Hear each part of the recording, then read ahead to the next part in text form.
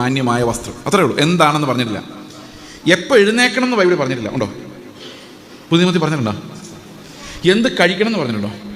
എത്ര നേരം പ്രാർത്ഥിക്കണം എന്ന് പറഞ്ഞിട്ടുണ്ടോ? എന്തു പ്രാർത്ഥിക്കണം പറഞ്ഞിട്ടില്ല. കല്യാണം അങ്ങനെ നടത്തണം, ശിഷ്യന്മാരാരും കല്യാണം നടത്താൻ പോയതായിട്ട് കാണത്തില്ല. ഞായറാഴ്ച കൂടി വന്ന് എന്ത് ചെയ്യണം പറഞ്ഞിട്ടില്ല. ശവസംസ്കാരം നടത്തുമ്പോൾ എത്ര പേര് പ്രസംഗിക്കണം പറഞ്ഞിട്ടില്ല. സത്യം പറഞ്ഞ് ഒന്നും പറഞ്ഞിട്ടില്ല. നിങ്ങൾ ആലോചിക്കും, ഇതുപോലൊരു എന്നോടൊരു മുസ്ലിം ഒരിക്കൽ ചോദിച്ചാണ്, നിങ്ങൾക്ക് ഒരു മതവുമില്ല, ഞങ്ങൾക്കാണെങ്കിൽ ആഹാരം കഴിക്കാൻ പോകുന്നതിന് മുമ്പ് ബാത്റൂമിലോട്ട് പോകുന്നതിന് മുമ്പ് ഒരു സാധനം അറബി ചൊല്ലിയാൽ അവർക്ക് അങ്ങോട്ട് കയറാൻ പറ്റുള്ളൂ.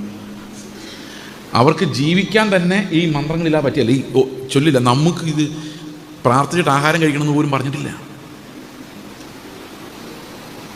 ഇനി കല്യാണം കഴിച്ചാൽ പെൺകുട്ടി എവിടെ താമസിക്കണം? ഭർത്താവിൻ്റെ വീട്ടിൽ താമസിക്കണം, ഭാര്യയുടെ വീട്ടിൽ താമസിക്കണം? ബൈബിളിലൊന്നും പറഞ്ഞിട്ടില്ല. ഭർത്താവിനോട് പറഞ്ഞിരിക്കും, നീ നിൻ്റെ അപ്പനെ അമ്മയും വിട്ട് ഭാര്യയോട് പറ്റിച്ചേരും. ഭാര്യ നിൻ്റെ പിതൃഗ്രഹത്തെയും ഒക്കെ മറന്ന് ഇവനോട് കൂടെ പറ്റിച്ചേരും. ഇവർ ഒരു ദേഹമേ തീരുന്നു. എന്തൊരു ഫ്രീഡം! സഹോദരന്മാർക്ക് പണിയെടുക്കാൻ പോകാം, സ്വതന്ത്രമായി ജീവിക്കാം. ഇത്രയും ഫ്രീഡം ലോകത്തിൽ നിങ്ങൾ ആലോചിച്ചോക്കണം. 2000 വർഷങ്ങൾക്ക് മുമ്പ് എഴുതിയ ഒരു പുസ്തകത്തിനകത്ത്, വേദപുസ്തകത്തിനകത്ത് കൊടുത്തിരിക്കുന്ന സ്വാതന്ത്ര്യം നമുക്ക് ചിന്തിക്കാൻ പോലും സാധിക്കില്ല. ഇന്നത്തെ തലമുറയ്ക്ക് പോലും ചിന്തിക്കാൻ സാധിക്കുമോ? ഒരു കല്യാണം കഴിച്ചു കഴിഞ്ഞാൽ പെട്ടെന്ന് ആ പെൺകുട്ടി ഏതോ ഒരു കുടുംബത്തിൽ അമ്മമാർ താലോലിച്ച് വളർത്തി എടുത്തുകൊണ്ട് വന്ന കുഞ്ഞ് ഒരു ഭർത്താവിൻ്റെ വീട്ടിലോട്ട് ചെന്ന് കയറുന്നു. അവിടെ അയാളെ അനുസരിച്ചാൽ പോരാ, അയാളുടെ അപ്പനെ അമ്മയും ഒക്കെ അനുസരിക്കണം. നിങ്ങൾ ആലോചിച്ച് നോക്കിയേ, ഒരു പെൺപിള്ളേർ മാത്രമുള്ളൊരു വീട്ടിൽ ആ പെൺപിള്ളേരെല്ലാം താലോലിച്ച് വളർത്തി വലുതാക്കി കല്യാണം കഴിപ്പിച്ച് വിട്ട് കഴിഞ്ഞാൽ ഉള്ള കാശും പോയി, പിള്ളേരും പോയി. വാർദ്ധക്യകാലത്ത് ഈ കുഞ്ഞുമക്കളെ ഒന്ന് കാണണമെങ്കിൽ ഇവിടുത്തെ അവൾ മകൾ തീരുമാനിച്ചാൽ പോരാ, മകളുടെ ഭർത്താവ് തീരുമാനിച്ചാൽ പോരാ, മകളുടെ അപ്പൻ തീരുമാനിക്കണം, മായപ്പൻ. അയാൾ ആരാന്നാണ് എൻ്റെ ചോദ്യം. ഇതെന്തൊരു ദുസ്വാതന്ത്ര്യമാണ് ശരിക്കും. ബൈബിൾ കൊടുക്കുന്ന ഫ്രീഡം എന്ന് പറയുന്നത് നമുക്ക് മുതലാക്കാൻ പറ്റുന്നില്ല. എന്നിട്ട് ജഡത്തിൻ്റെ തൃപ്തിക്കുള്ള ഫ്രീഡത്തിന് വേണ്ടി നമ്മുടെ പിള്ളേർ നടക്കുകയാണ്. എന്നിട്ട് പല പ്രവാചകന്മാരും വന്ന് പറഞ്ഞില്ലേ, ചിലപ്പോൾ വൈറ്റും വന്ന് പറയുമായിരിക്കും, ഈ ആഴ്ച വിടുതലാണ്, നടക്കൂല. ഇത്തിരി വെള്ളം കുടിക്കട്ടെ. കാരണം എന്താണെന്നറിയോ? ആവക യാതൊരു പ്രോമിസും ബൈബിളിലില്ല. ബൈബിളിൽ എവിടെയാണ് നിന്റെ ബിസിനസ് നന്നാക്കാന്നുള്ള പ്രോമിസ്? എവിടെ?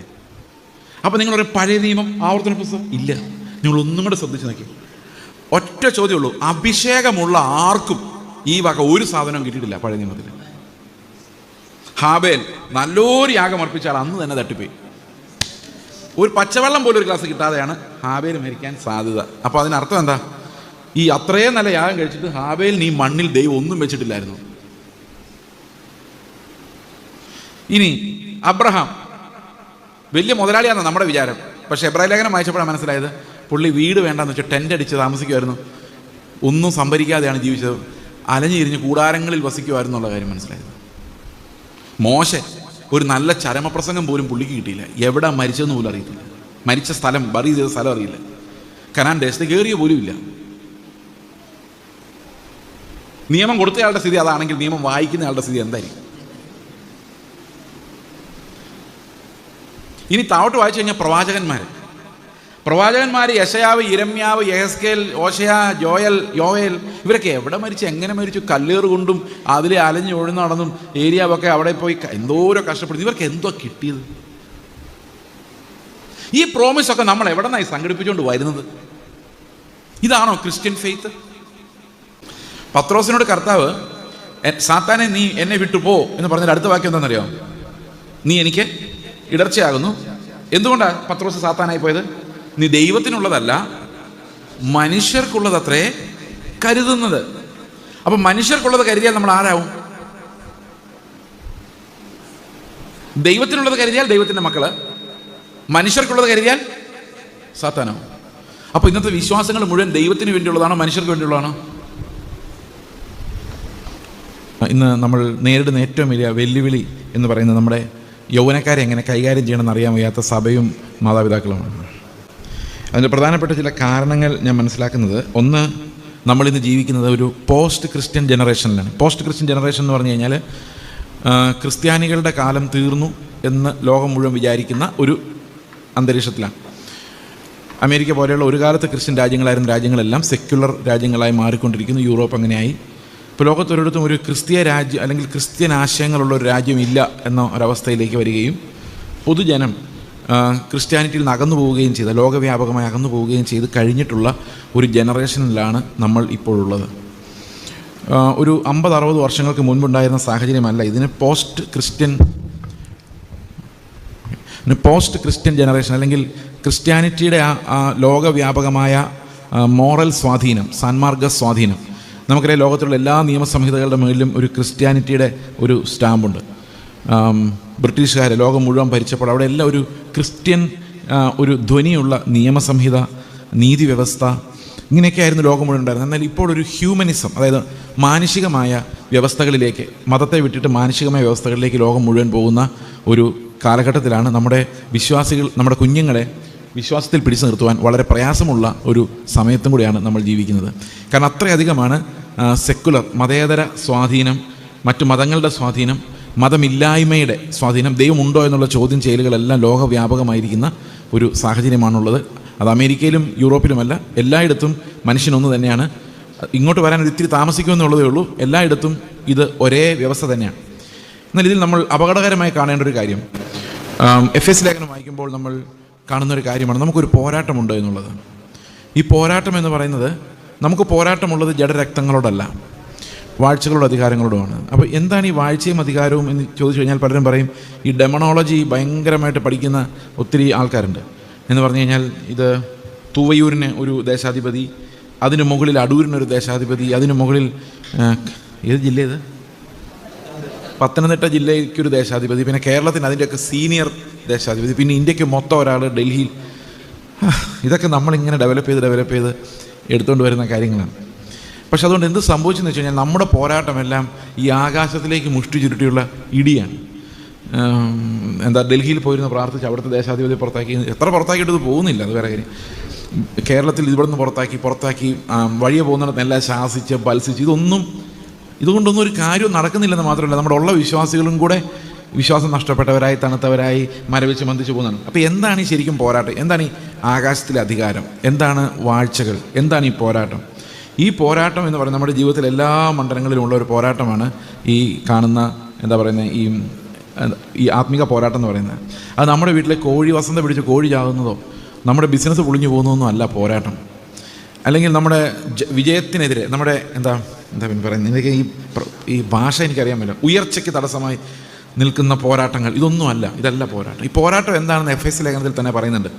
എഫെസ് ലേഖനം 2-ാം അധ്യായത്തിൽ പറയുമ്പോൾ, നിങ്ങൾ 2-ാം അധ്യായത്തിൻ്റെ 1-2 വാക്യങ്ങൾ വായിക്കുമ്പോൾ പറയുന്നത്, നിങ്ങൾ ഒരു കാലത്ത് ഈ ലോകത്തിൻ്റെ കാലഗതിയെയും അനുസരണക്കേടിൻ്റെ മക്കളിൽ ഇപ്പോൾ വ്യാപരിക്കുന്ന ആത്മാവിനും, ആകാശത്തിലെ അധികാരത്തിനും അനുസരണക്കേടിൻ്റെ മക്കളിൽ ഇപ്പോൾ വ്യാപരിക്കുന്ന ആത്മാവിന് അധിപതിയായവനെയും അനുസരിച്ച് നടന്നു. കാലഗതി, ആകാശത്തിലെ അധികാരം, അനുസരണക്കേടിൻ്റെ മക്കളിൽ ഇപ്പോൾ വ്യാപരിക്കുന്ന ആത്മാവിൻ്റെ അധിപതി, ഇതൊക്കെയാണ് നമ്മൾ പോരാടേണ്ട ശക്തികൾ എന്ന് പറയുന്നത്. അതായത് ഈ ലോകത്തിൻ്റെ കാലഗതി എന്ന് പറയുന്നത്, നമുക്ക് വേണമെങ്കിൽ അതിനെ കോഴ്സ് ഓഫ് ടൈം എന്ന് പറയാം. കോഴ്സ് ഓഫ് ടൈമിൻ്റെ പ്രോഗ്രസ്.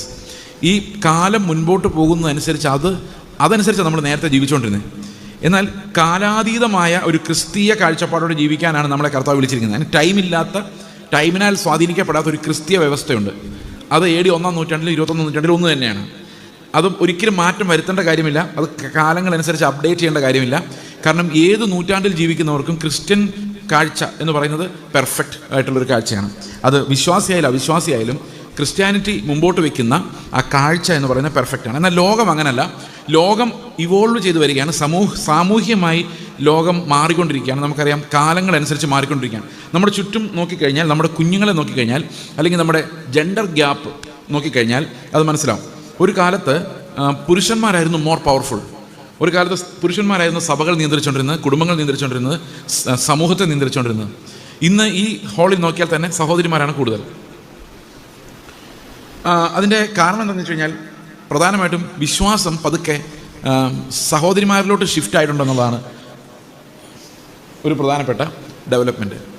നല്ല കാര്യമാണ്, മോശമെന്നല്ല ഞാൻ പറയുന്നത്. അതായത് ദാറ്റ് മീൻസ് നമ്മുടെ കുടുംബങ്ങളിലുള്ള പുരുഷന്മാർക്കുണ്ടായിരുന്ന സ്വാഭാവികമായ ആത്മീക നേതൃത്വം നഷ്ടപ്പെട്ടു. അതായത് ഈ ആത്മീക നേതൃത്വം നഷ്ടപ്പെട്ടു എന്ന് പറഞ്ഞു കഴിഞ്ഞാൽ, പ്രാർത്ഥിക്കാമെന്ന് പറയുന്നത് പുരുഷനല്ല, സ്ത്രീയാണ്.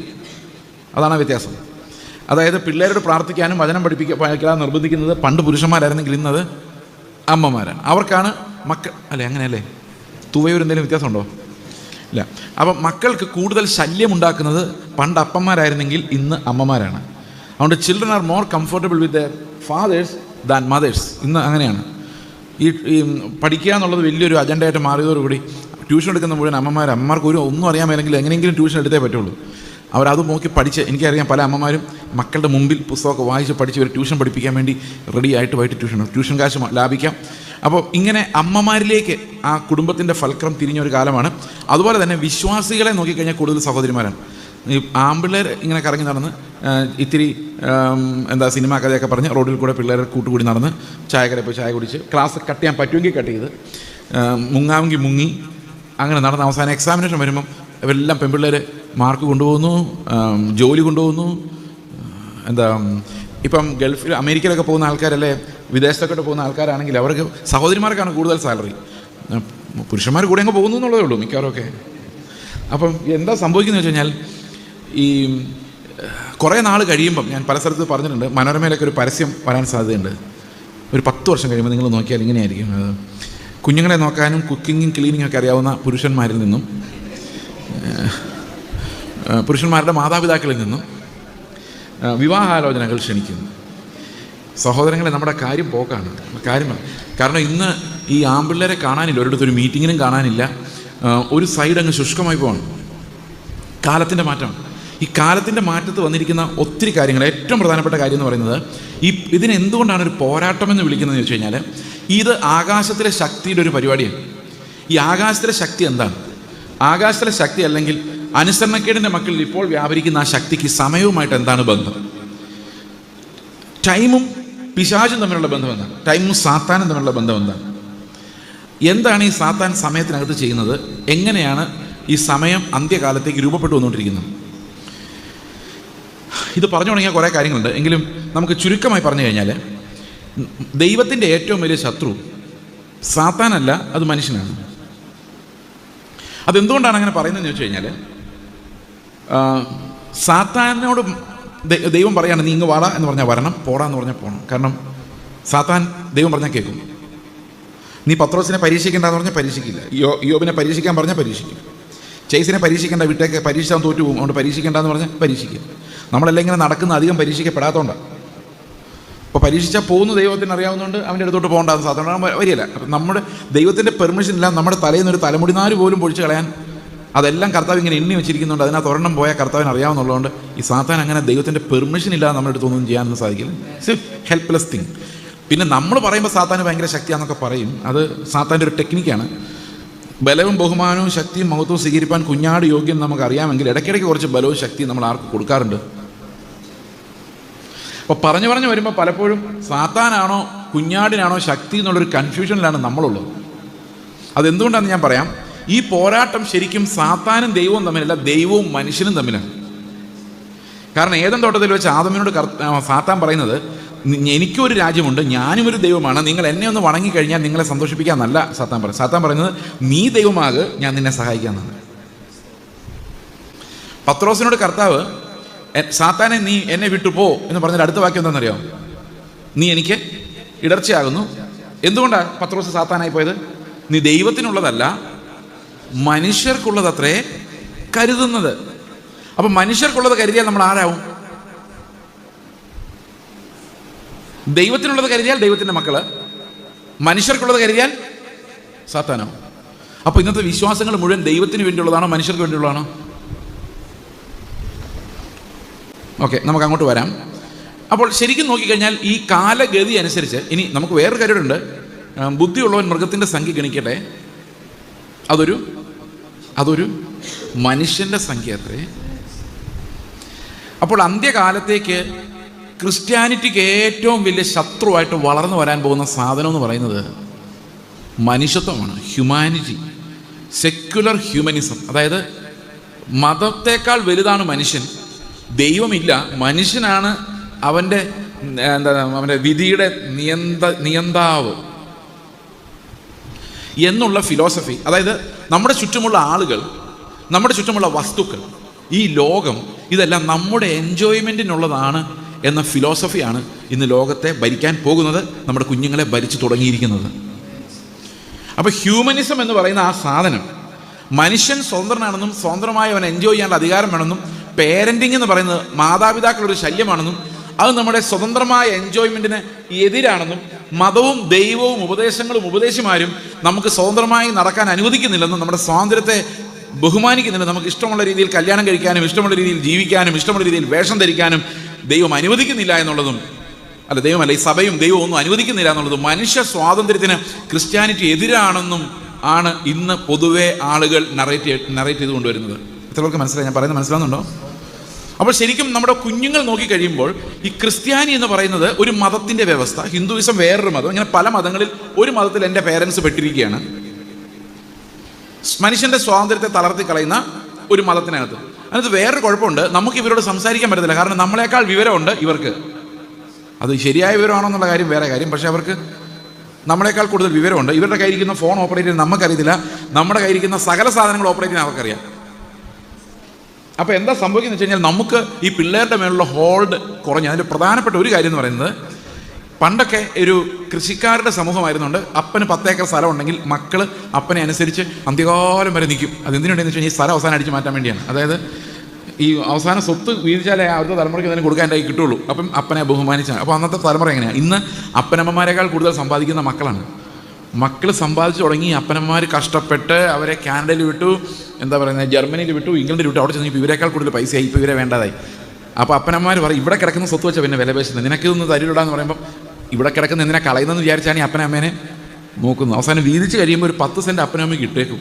സത്യം പറഞ്ഞാൽ ഇതൊന്നും അപ്പനോട് അമ്മയോടുള്ള സ്നേഹമല്ല, ഇതിന് കഴിഞ്ഞിട്ട് ഈ വരാനുള്ള പ്രോപ്പർട്ടിയോടുള്ള സ്നേഹമാണ്.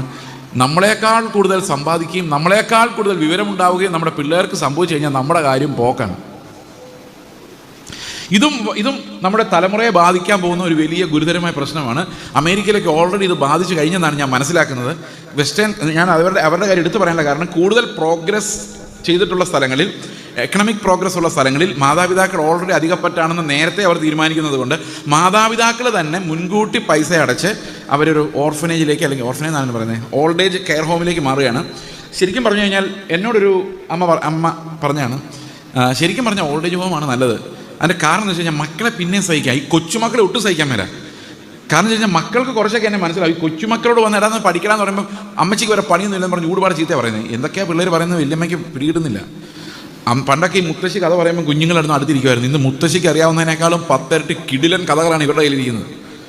അപ്പോൾ മുത്തശ്ശിയുടെ കുറുക്കൻ, നീലക്കുറുക്കൻ വെള്ളത്തിൽ ചാടിയ കഥയൊന്നും ഈ പിള്ളേർക്ക് ദഹിക്കുകയില്ല. അവരിങ്ങനെ ഗൺ ഫയറൊക്കെ ആയിട്ട് കളിച്ചുകൊണ്ടിരിക്കുമ്പോഴാണ് നീലക്കുറുക്കനും അപ്പോൾ മുത്തശ്ശിമാരുടെയും പിടിവിട്ടു, വല്യമ്മമാരുടെയും പിടിവിട്ടു.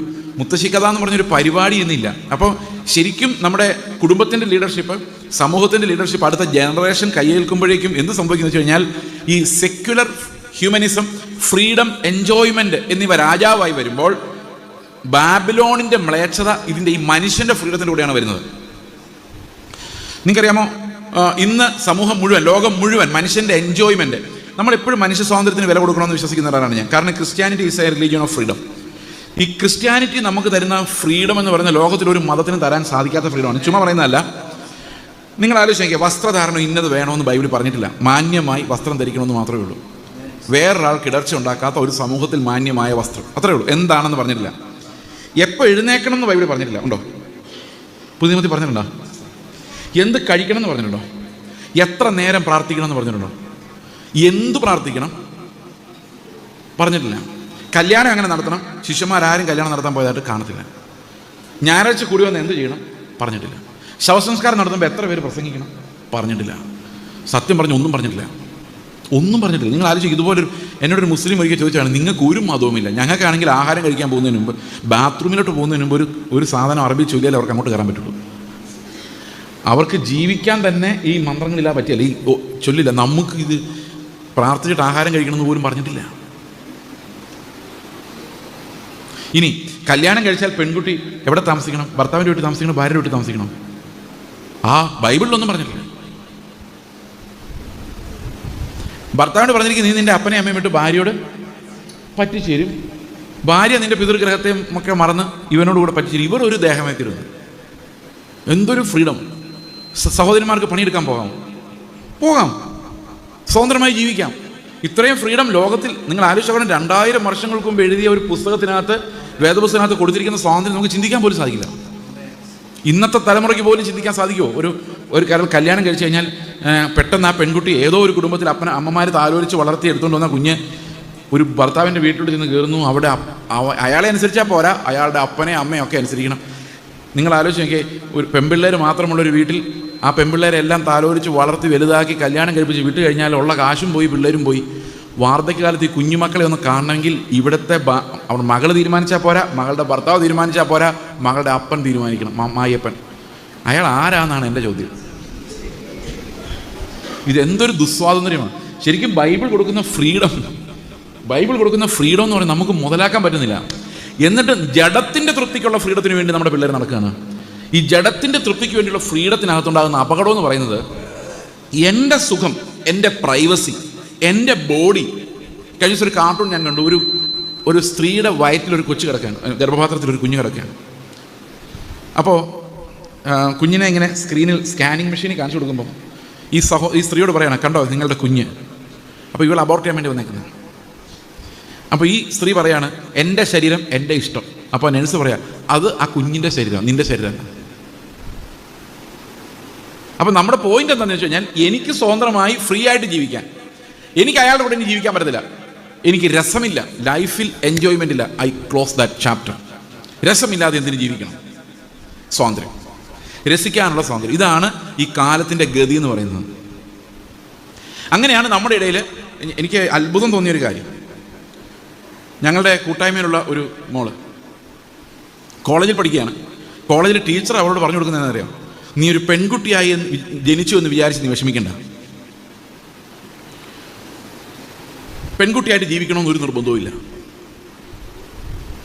നിനക്ക് വേണമെങ്കിൽ ഒരാണായി ജീവിക്കാം, ഒരു പെണ്ണിനെ കല്യാണം കഴിച്ചിട്ട്. ഇങ്ങനെയുണ്ട്. അത് ക്ലാസ്സിൽ പരസ്യമായിട്ട് എല്ലാവരും പറയുന്നത്. ആ സ്ത്രീ അങ്ങനെയാണ് ജീവിക്കുന്നത്. ആ സ്ത്രീ വേറൊരു ലേഡി പാർട്ട്ണറോടെയാണ് ഭർത്താവിനെ ഡൈവോഴ്സ് ചെയ്തിട്ട് ജീവിക്കുക. ഈ പ്രൊഫസർ പിള്ളേരെ 18 വയസ്സും 19 വയസ്സുള്ള പിള്ളേർ പറഞ്ഞു കൊടുക്കുന്നതാണ് ഹോമോസെക്ഷുവാലിറ്റി.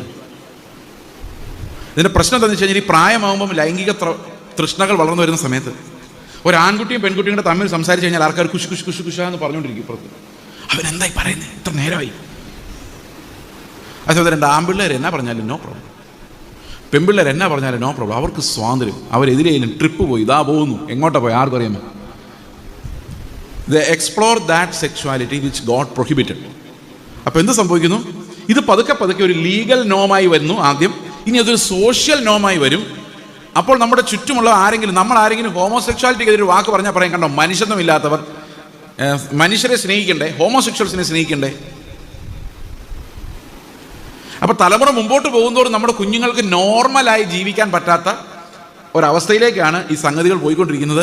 പതുക്കെ ഇത് ഒരിടത്തും ഒരു പ്രശ്നമല്ലാതായിക്കൊണ്ടിരിക്കും. ഇപ്പോൾ ഓൾറെഡി എനിക്ക് തോന്നുന്നു നമുക്കൊന്നും പ്രശ്നമല്ല, എന്ത് കേട്ടാലും പ്രശ്നമില്ല, എന്ത് ചെയ്താലും പ്രശ്നമില്ലാത്തൊരു സ്ഥിതിയിലേക്ക് സഭയും വന്നുകൊണ്ടിരിക്കുകയാണെന്നുള്ളതാണ് ഇതിനകത്തെ പരിതാപകരമായ അവസ്ഥ. അന്ത്യകാലത്ത് എല്ലാ മ്ലേച്ഛതകളും നമുക്ക് അംഗീകരിക്കത്തക്കതായിട്ട് തോന്നും. അതിൻ്റെ കാരണം ഈ മനുഷ്യൻ രാജാവായി, അവൻ്റെ എൻജോയ്മെൻറ്റ് രാജാവായി വരുന്നത് കൊണ്ടാണ്. ഇതിനെങ്ങനെ പോരാടുമെന്ന് ചോദിച്ചു കഴിഞ്ഞാൽ അതൊരു വലിയ പോരാട്ടമാണ്. ഈ പോരാട്ടം എളുപ്പമല്ല. അതുകൊണ്ടാണ് ഈ പോരാട്ടം എന്ന് പറയുന്നത് വളരെ ശക്തമായ പോരാട്ടത്തിൽ നമ്മൾ പ്രവേശിക്കേണ്ടത്. ഇത് വഴക്ക് പറഞ്ഞാലൊന്നും നടക്കില്ല, കാരണം നമ്മുടെ കയ്യിൽ അത്രയും വിവരമില്ല. വഴക്ക് പറയാൻ മാത്രമുള്ള വിവരം നമുക്കില്ല. പിന്നെ എന്താണ് സംഭവിച്ചത്? ഓക്കെ, ഈ പിള്ളേർ വളർന്നു വരുമ്പോൾ അവർക്ക് ചില വിശ്വാസ പരാജയങ്ങൾ ഉണ്ടാകുന്നുണ്ട്. അതുകൊണ്ടാണ് അവർക്ക് മതത്തിലുള്ള വിശ്വാസം ബേസിക്കലി നമ്മുടെ ഇടയിൽ നഷ്ടപ്പെടുന്നത്. കുഞ്ഞുങ്ങൾക്ക് എങ്ങനെയാണ് മതത്തിലുള്ള വിശ്വാസം നഷ്ടപ്പെടുന്നത്? കാരണം മതം മിസ്റെപ്രസെന്റ് ചെയ്താണ് അവർക്ക് ലഭിക്കുന്നത്. They don't get the correct form of Christianity. ഞാനൊരു ഓർത്തഡോക്സുകാരനായിട്ട് വളർന്ന ആളാണ്. എനിക്ക് ശാസ്ത്രമായിരുന്നു ഏറ്റവും ഇഷ്ടം. ഞാൻ പഠിച്ചുകൊണ്ടിരുന്ന ഫിസിക്സാണ്. പക്ഷേ ഫിസിക്സ് എന്നുള്ളതിനേക്കാളും എനിക്ക് അതിൻ്റെ ഫിലോസഫിയോടായിരുന്നു കൂടുതൽ താല്പര്യം. അതായത് ഭൗതിക ശാസ്ത്രത്തിൻ്റെ തത്വചിന്ത. അപ്പോൾ ഞാൻ അതിൻ്റെ പുസ്തകങ്ങളൊക്കെ ഇങ്ങനെ വായിക്കുമായിരുന്നു. അപ്പോൾ സാധാരണഗതിയിൽ ഒരു നിരീശ്വരവാദി നോക്കുന്ന എങ്ങനെയാണെന്ന് വെച്ച് കഴിഞ്ഞാൽ, അവരൊരു ലെൻസ് വെച്ച് ഈ ഭൂമിയെ നോക്കുന്ന ഒരു ഗ്ലാസ് വെച്ച്, ആ ഗ്ലാസ്സിന് ഒരു കളറും ഇല്ല, ഒരു മതത്തിൻ്റെയും കളറില്ല എന്നാണ് അവർ പറയുന്നത്. അതായത് ന്യൂട്രൽ ഗ്ലാസ്. നിങ്ങളൊരു തുണിക്കടയിൽ പോയാൽ നിങ്ങൾ ഏത് തരം ഗ്ലാസ് വെച്ചാലാണ് കറക്റ്റ് തുണി നിങ്ങൾക്ക് കിട്ടുന്നത്? ഒരു കളറോ ഇല്ലാത്ത തുണി വെച്ചാലാണോ, അത് എന്തെങ്കിലും പച്ച കളറോ മഞ്ഞ കളറോ ഒക്കെ ഉള്ള ഗ്ലാസ് വെച്ചുകൊണ്ട് പോയാലാണോ കറക്റ്റ് കളർ നിങ്ങൾക്ക് മനസ്സിലാകുന്നത്? പ്ലെയിൻ ഗ്ലാസ് വെക്കണം. അപ്പോൾ ഒരു കളറും ഇല്ലാത്ത ഗ്ലാസ് വെച്ചാൽ മാത്രമേ നമുക്ക് കറക്റ്റ് കളർ കിട്ടുള്ളൂ, അല്ലേ? ഓക്കെ. അപ്പോൾ നിരീശ്വരവാദികൾ അതാണ് പറയുന്നത്. യുക്തിവാദികൾ പറയുന്നത്, നിങ്ങൾ ഒരു മതത്തിൻ്റെയും കളറില്ലാതെ ജസ്റ്റ് പ്ലെയിൻ കണ്ണിലൂടെ നോക്കിക്കഴിഞ്ഞാൽ നിങ്ങൾക്ക് കാണുന്ന കാഴ്ചയാണ് യഥാർത്ഥം. നമ്മളെല്ലാം ഓരോ മതങ്ങളാൽ സ്വാധീനിക്കപ്പെട്ടവരാണ്. അപ്പോൾ ആര് കേട്ടാലും ശരിയല്ലേ? ശരിയാണ്. ഞാൻ ആ പെൺകുട്ടിയുടെ ഒരു പ്രൊഫസറുടെ കഥ പറഞ്ഞല്ലോ. ആ പ്രൊഫസറുടെ പെൺകുട്ടി ചോദിച്ചു, ഇപ്പം 3 സെമിനാർ ഇവിടെ നടന്നു, 3 സെമിനാറിലും ഹോമോസെക്ഷുവാലിറ്റിക്ക് അനുകൂലമായിട്ടാണ് സംസാരിച്ചത്. അങ്ങനെയാണെങ്കിൽ ഞാനൊരു ചോദ്യം ചോദിക്കട്ടെ, പ്രകൃതിയിൽ തന്നെ സ്ത്രീയും പുരുഷനും ഉണ്ടല്ലോ, അങ്ങനെയാണല്ലോ ഈ സമൂഹങ്ങൾ നിലനിന്ന് പോകുന്നത്, ജനങ്ങൾ പ്രൊക്രിയേഷൻ നടക്കുന്നത്, കുഞ്ഞുങ്ങളുണ്ടാകുന്നത്. അതിനെക്കുറിച്ച് പറയാൻ എന്തുകൊണ്ടാണ് ഒരു എതിരഭിപ്രായം പറയാൻ ഒരു അവസരമില്ലാത്തത്? എന്തുകൊണ്ടാണ് ആ വിഷയത്തെക്കുറിച്ച് ഒരു സെമിനാർ ഇല്ലാത്തത് എന്ന് ചോദിച്ചപ്പോൾ ആ പ്രൊഫസർ എന്താ പറഞ്ഞറിയോ? നിന്നെ ഏതോ മതം ബ്രെയിൻ വാഷ് ചെയ്ത് വെച്ചിരിക്കും. എന്നാലോചിച്ച് നോക്കി, മതം വേണോ? ഈ പ്രകൃതിയിലുള്ള നോർമലായിട്ടുള്ള കാര്യം അറിയാൻ എന്തിനാണ് മതം? ഒരു സ്ത്രീയും പുരുഷനും തമ്മിലാണ് വിവാഹം കഴിക്കേണ്ടതെന്ന് പ്രകൃതിയാണ് മനുഷ്യനെ പഠിപ്പിക്കുന്നത്, മതത്തിന് മുമ്പ് തന്നെ. ശരിയല്ലേ? അപ്പോൾ ഇങ്ങനെയാണ് ക്ലാസ്സുകൾ നടക്കുന്നത്. അപ്പോൾ എന്താ സംഭവിക്കുന്നത് വെച്ച് കഴിഞ്ഞാൽ, ഈ പിള്ളേരുടെ ഫെയ്ത്തിൽ അവർ വളർന്നു വരുമ്പോൾ ഉണ്ടാകുന്ന ഫെയ്ത്ത് കറക്റ്റ് അല്ലാത്തത് കൊണ്ട്, കറക്റ്റ് ക്രിസ്ത്യൻ ഗ്ലാസസ് അവർക്ക് കിട്ടാത്തത് കൊണ്ട് എന്ത് സംഭവിക്കുന്നു വെച്ച് കഴിഞ്ഞാൽ, അവർ മതത്തിൻ്റെ കണ്ണുകളിലൂടെയാണ് എല്ലാം കാണുന്നത്. അതിനേക്കാൾ ബെറ്റർ കണ്ണട ഈ ന്യൂട്രൽ കണ്ണടയാണെന്ന് അവർ പറയുമ്പോൾ ഇവർ വിശ്വസിക്കും. ഞാൻ അതുകൊണ്ട് ഇതെന്തോന്ന് ഞാൻ ഒന്ന് വിശദീകരിക്കാം, അപ്പോൾ മനസ്സിലാവും. ഒരു കൊച്ചു കുഞ്ഞിനെ നമ്മൾ എങ്ങനെയാണ് വിശ്വാസം പഠിപ്പിക്കുന്നത്? ഒരു കുഞ്ഞിനെ വിശ്വാസം പഠിപ്പിക്കുമ്പോൾ അവർ പറയും, മോനെ യേശുപ്പച്ചനോട് പ്രാർത്ഥിച്ചാൽ യേശുപ്പച്ച കേൾക്കും. ഇത് കേട്ടിട്ടില്ലാത്ത ഏതെങ്കിലും പിള്ളേർ ഇരിപ്പുണ്ടോ? എനിക്കൊരു ഷൂസ് വേണം പപ്പ, നീ യേശുപ്പച്ചനോട് പ്രാർത്ഥിക്കുക, ഷൂസ് യേശുപ്പച്ച തരും. യേശുപ്പച്ച ഷൂസ് കൊണ്ട് തരുമോ? സത്യം പറ, തരുമോ? ആര് തരണം? ഈ അപ്പൻ പൈസ കൊടുത്ത് കടയിൽ പോയി വാങ്ങിച്ച് ഷൂസ് കൊണ്ട് തരണം. പിന്നെ ആ പേരാർക്കാം? എത്ര നാൾ ഈ പിള്ളേരെ ഇങ്ങനെ പറ്റിക്കാൻ പറ്റും? കുഞ്ഞു പിള്ളേരായിരിക്കുമ്പം അവർ വിചാരിക്കും രാത്രി ഉറങ്ങി കിടന്നപ്പോൾ യേശുപ്പച്ച വന്നായിരുന്നു.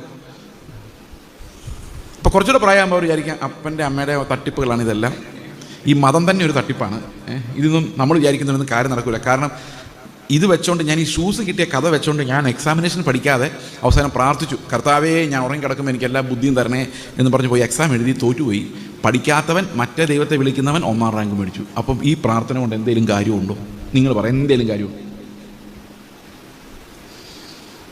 കോവിഡ് വന്നപ്പോൾ ക്രിസ്ത്യാനികളുടെ ഇടയിലുള്ള മരണനിരക്ക് 2%, അവിശ്വാസികളുടെ നിരക്കുള്ള മരണനിരക്ക് 2%, പ്രാർത്ഥിക്കാത്ത നിരീശ്വരവാദികളുടെ ഇടയിലുള്ള 2%, ഹിന്ദുക്കളുടെ 2%, എല്ലാവർക്കും 2%. അതെന്തായാലും നമ്മൾ കുറേ പ്രാർത്ഥിച്ചില്ല, എന്തെങ്കിലും നടന്നു? വിശ്വാസം പോയോ? ഇനി വിശ്വാസം കളയാം. 10 പേര് ഒരു ബിസിനസ് തുടങ്ങി, വിശ്വാസികൾ. 2 പേരുടെ ബിസിനസ് ജയിച്ചു. അവർ സാക്ഷി പറഞ്ഞു, കർത്താവ് വൈബ്രേഷനോടെ അവരുടെ ബിസിനസ്സിനെ സഹായിച്ചു. ബാക്കി 2 പേര് പൊട്ടിപ്പൊളിഞ്ഞു പോയി. അവർ എന്തോ ശാപം കിട്ടിയോണ്ടാണെന്ന് പ്രവാചകന്മാർ പറഞ്ഞ് വിശ്വസിച്ച് നടക്കുക. ഇതൊക്കെ വിശ്വസിക്കുന്ന പിള്ളേരെ അവർക്ക് വിശ്വസിക്കാൻ പറ്റില്ല. കാരണം ഇത് മനുഷ്യ യുക്തിക്ക് നിരക്കുന്ന കാര്യമല്ല. എങ്ങനെ ഇത് വിശ്വസിക്കും? പിന്നെ 6 പേര് നാളെ ശരിയാവും, കുറച്ചുകൂടെ ദശാംശം കുറഞ്ഞു പോയോണ്ടായിരിക്കും എന്ന് ഇത്തിരിയുടെ പൈസ ഇട്ട് നോക്കാം എന്ന് വിചാരിച്ച് വീണ്ടും അമർത്തി കുലുക്കി കവിയാത്തതെന്ന് കിട്ടാൻ വേണ്ടി വീണ്ടും ഇട്ട് കാത്തിരിക്കുന്നു. ഇത് വിശ്വാസികളുടെ കഥ മാത്രമല്ല, അവിശ്വാസികളിൽ ഇങ്ങനെ തന്നെയാണ്. 10 പേര് ബിസിനസ് തുടങ്ങിയാൽ 2 പേര് ജയിക്കും.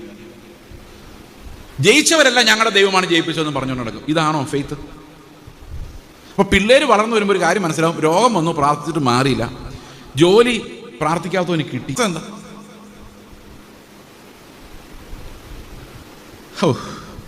അപ്പോൾ എന്നാ പ്രാർത്ഥിച്ചാലും കിട്ടുമെന്ന് ഒരു ഗ്യാരണ്ടി ഇല്ല സഹോദരങ്ങളെ, ഒരു ഗ്യാരണ്ടി ഇല്ല. നിങ്ങളുടെ പല പ്രവാചകന്മാരും വന്ന് പറഞ്ഞില്ലേ, ചിലപ്പോൾ വൈറ്റും വന്ന് പറയുമായിരിക്കും ഈ ആഴ്ച വിടുതലാണ്, നടക്കൂല.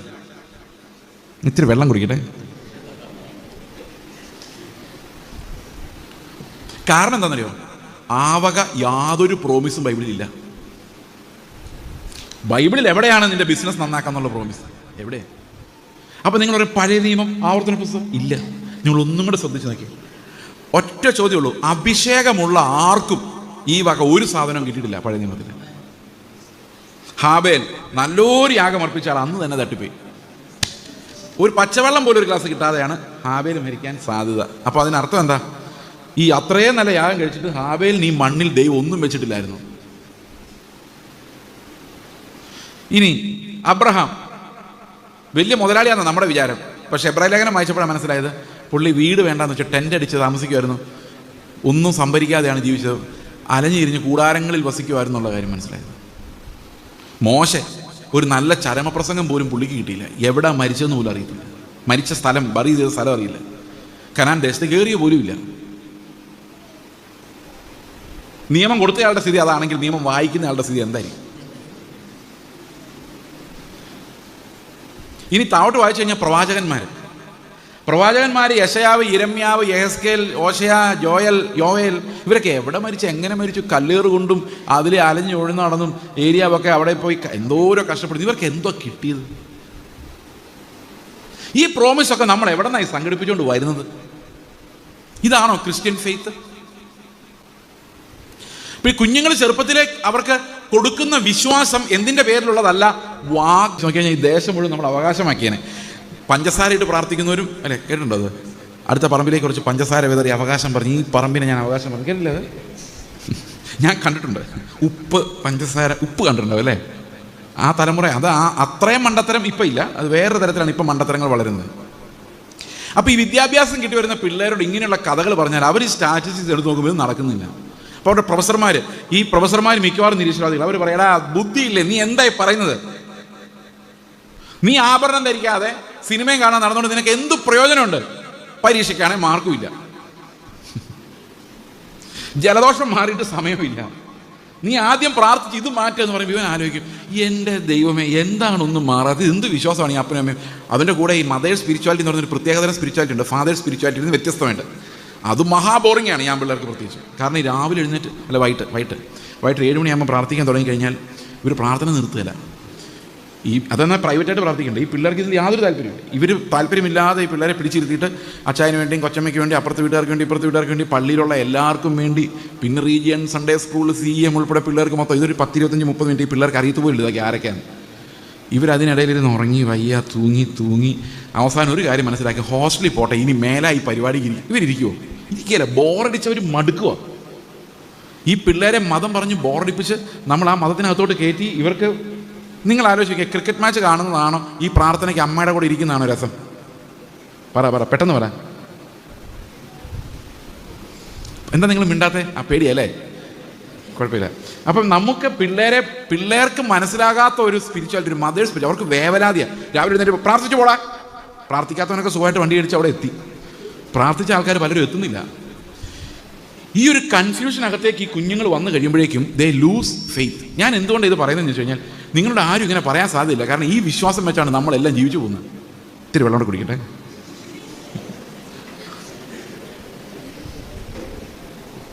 പ്രവാചകന്മാർ ജീവിക്കുന്ന ഈ വിശ്വാസം വെച്ചാണ് അല്ലേ? നാളെ രക്ഷപ്പെടും, അടുത്ത ജൂലൈ മാസത്തിൽ ഒരു വിടുതൽ വരുവാണ്. ഏത് ജൂലൈ അതറിയത്തില്ല, അടുത്ത ഒരു ജൂലൈ, ഏതോ ഒരു ജൂലൈ. ഞാനൊരു ചർച്ചിൽ ചെന്ന് കഴിഞ്ഞപ്പം അവർ 2ാം നില പണിയാൻ വേണ്ടി പ്രാർത്ഥിക്കും. അപ്പം ഞാൻ ആകെ 10-15 പേരെ ഈ ചർച്ചിലുള്ളൂ. എന്തിനാ 2ാം നില എന്ന് ചോദിച്ചപ്പോൾ അവർ പറയുമ്പോൾ വാഗ്ദത്വം ഉണ്ട് ബ്രദറെ. ഞാൻ എന്ത് വാഗ്ദത്വം? എത്ര അധ്യായം, എത്രാം വാക്യം? ഞാൻ പറയാം, കഴിഞ്ഞ ആഴ്ച ഒരു പ്രവാചകൻ പറഞ്ഞാൽ നിങ്ങൾ 2ാം നില പണിയ വിശ്വാസത്താൽ ഈ സഭയെ ഞാൻ നിറയ്ക്കും എന്ന്. ഞാൻ പറഞ്ഞു, ആ പുള്ളിക്ക് പൈസ കിട്ടണമെങ്കിൽ നല്ലത് പറഞ്ഞാലേ കിട്ടുള്ളൂ. ആ ബാൽക്കണിയുള്ള വലിയ പള്ളിയാണെങ്കിൽ നിങ്ങൾ ആദ്യം അയാളെ വിളിക്കുമല്ലോ. ഇതൊക്കെ ഇങ്ങനെയൊക്കെയാണ് ഈ ബിസിനസ് വളരുന്നത്. ഞാൻ രഹസ്യങ്ങളൊക്കെ നിങ്ങളോട് തുറന്നങ്ങ് പറയുന്നു എന്നുള്ളതേ ഉള്ളൂ. അതുകൊണ്ട് നന്മ മാത്രമേ. എൻ്റെയൊക്കെ ചെറുപ്പകാലത്ത് പ്രവാചകന്മാരൊന്ന് പ്രവചിച്ചു കഴിഞ്ഞാൽ നമുക്ക് ഭയമാണ്. അവർ വരുമ്പം തന്നെ നമ്മൾ പേടിക്കും. അപ്പോൾ പ്രാർത്ഥിച്ചോണ്ട്, കർത്താവ് ഒന്നും വെളിപ്പെടുത്തല്ലേ, ഒന്നും പറയല്ലേ, ഇനി മേലെ ഞാൻ മര്യാദയ്ക്ക് ജീവിച്ചോളാമേ, ഒരു തെറ്റും ചെയ്യത്തില്ല. അവരേതായാലും കർത്താവിൻ്റെ കൃപയാലൊന്നും പറയല. നമ്മൾ പിന്നെയും പഴയ പോലെ ആവും. കാരണം ഇനി പ്രവാചകനെ പേടിക്കുന്നത്. അടുത്ത പ്രാവശ്യം പ്രവാചകൻ വരുമ്പോൾ ഇതുപോലെ തന്നെ പ്രാർത്ഥിക്കും. ഇതായിരുന്നു എൻ്റെ സ്ഥിരം പരിപാടി. പക്ഷേ ഇന്ന് പ്രവാചകന്മാരെ കാണുമ്പോൾ ഒരു പേടിയില്ല. കാരണം അവർ നിങ്ങളെ മഞ്ഞുള്ള ദേശത്തേക്ക് കൊണ്ടുപോകാൻ വേണ്ടി വരുന്നവരാണ്. അവരൊരു കുഴപ്പവും നിങ്ങളോട് പറയാൻ പോകുന്നില്ല. കാരണം ഈ സുഖവും രസവും നമ്മുടെ തലയ്ക്കകത്തോട്ട് വന്ന ആ എൻജോയ്മെൻറ്റ് മതത്തിനകത്തേക്ക് വന്നു കഴിഞ്ഞപ്പം മുഴുവൻ ശുശ്രൂഷകളും എങ്ങോട്ട് പോയി? മഞ്ഞുള്ള ദേശത്തെ ലക്ഷ്യമാക്കിയുള്ളതായി മാറി. ഇതൊന്നും വാഗ്ദത്തങ്ങളല്ല, ഇതൊന്നും ബൈബിളിലുള്ള വാഗ്ദത്തമല്ല. കഴിഞ്ഞ ദിവസം എൻ്റെ മകൻ, ഞങ്ങൾ ഒന്നിച്ച് കുടുംബമായിട്ട് യാത്ര ചെയ്തപ്പം എൻ്റെ മകൻ എന്നോട് ഇങ്ങനെ പറയുമായിരുന്നു, നമ്മളെല്ലാം കർത്താവ് തൂത്ത് പറക്കി നരകത്തോട്ട് ഏത് സമയത്ത് ഇടാവുന്നത്ര സ്വഭാവമാണ് നമ്മുടെ കയ്യിൽ ഇരിക്കുന്നത്. പക്ഷെ ദൈവം ഒരു വാക്ക് പറഞ്ഞിട്ടുണ്ട്, ഞാൻ നിന്നെ രക്ഷിക്കാമെന്ന്. ആ ഒരു വാഗ്ദത്തം ദൈവത്തിന് മാറ്റാൻ പറ്റാത്തതുകൊണ്ട് മാത്രമാണ് നമ്മളെ അവൻ സഹിച്ചുകൊണ്ടിരിക്കുന്നത്. ഇത് എന്താണ് ശരിക്കും ദൈവം നമുക്ക് തന്നിരിക്കുന്ന വാഗ്ദത്തം? എന്താണ് വിശ്വാസം? എന്ത് വിശ്വാസമാണ് ഈ കുഞ്ഞുങ്ങൾ മനസ്സിലാക്കേണ്ടത്? എവിടെയാണ് ക്രിസ്ത്യൻ ലൈഫ്, അല്ലെങ്കിൽ ഈ ക്രിസ്ത്യൻ ഗ്ലാസ്സിലൂടെ നോക്കുമ്പോഴാണോ അതൊരു ന്യൂട്രൽ ഗ്ലാസ്സിലൂടെ നോക്കുമ്പോഴാണോ ശരിയായ കാഴ്ചകൾ ഞാൻ കാണുന്നത് എന്നുള്ളതാണ് നമ്മുടെ കുഞ്ഞുങ്ങൾ മനസ്സിലാക്കേണ്ട ഒരു കാര്യം. ഐ ഓൾവേസ് ബിലീവ്, ഞാനൊരു നിരീശ്വരവാദത്തിൽ നിന്ന് ക്രിസ്ത്യാനിറ്റിയോട് വന്ന ഒരാളായതുകൊണ്ട് ഈ 2 കാഴ്ചകളിലുമുള്ള വ്യത്യാസം എനിക്ക് മനസ്സിലായതുകൊണ്ട് എനിക്ക് നല്ല ഉറപ്പുണ്ട്, ബോധ്യമുണ്ട്. ക്രിസ്തുവിലുള്ള വിശ്വാസം ഒരാൾ മനസ്സിലാക്കിയാൽ അതിനൊരു കളറുണ്ട്, അതിനൊരു ക്രിസ്തുവിൻ്റെ കളറുണ്ട്. അത് ന്യൂട്രൽ ഗ്ലാസ് അല്ല. ആ ഗ്ലാസ്സിലൂടെ നോക്കുമ്പോഴാണ് നിത്യതയുമായി ബന്ധപ്പെട്ട എന്നേക്ക് നിലനിൽക്കുന്ന ഒരു സത്യത്തിൻ്റെ കാഴ്ച നമ്മളെല്ലാവരെ കുറിച്ചും കാണുന്നത്. ഈ ക്രിസ്ത്യൻ ഗ്ലാസ് നമ്മുടെ സഭകൾക്കും നമ്മുടെ കുഞ്ഞുങ്ങൾക്കും ഉണ്ടായെങ്കിൽ മാത്രമേ ഒരു ക്രിസ്ത്യാനിറ്റി എന്ന് പറയുന്നത് പ്രാർത്ഥിച്ച് കാര്യങ്ങൾ സാധിക്കുന്ന ഒരു മതമല്ല, പിന്നെയോ ക്രിസ്തുവിൻ്റെ ജീവൻ ജീവിതമായി മാറുന്ന ഒരു കാഴ്ചയാണ് എന്ന് മനസ്സിലാകുന്നത്.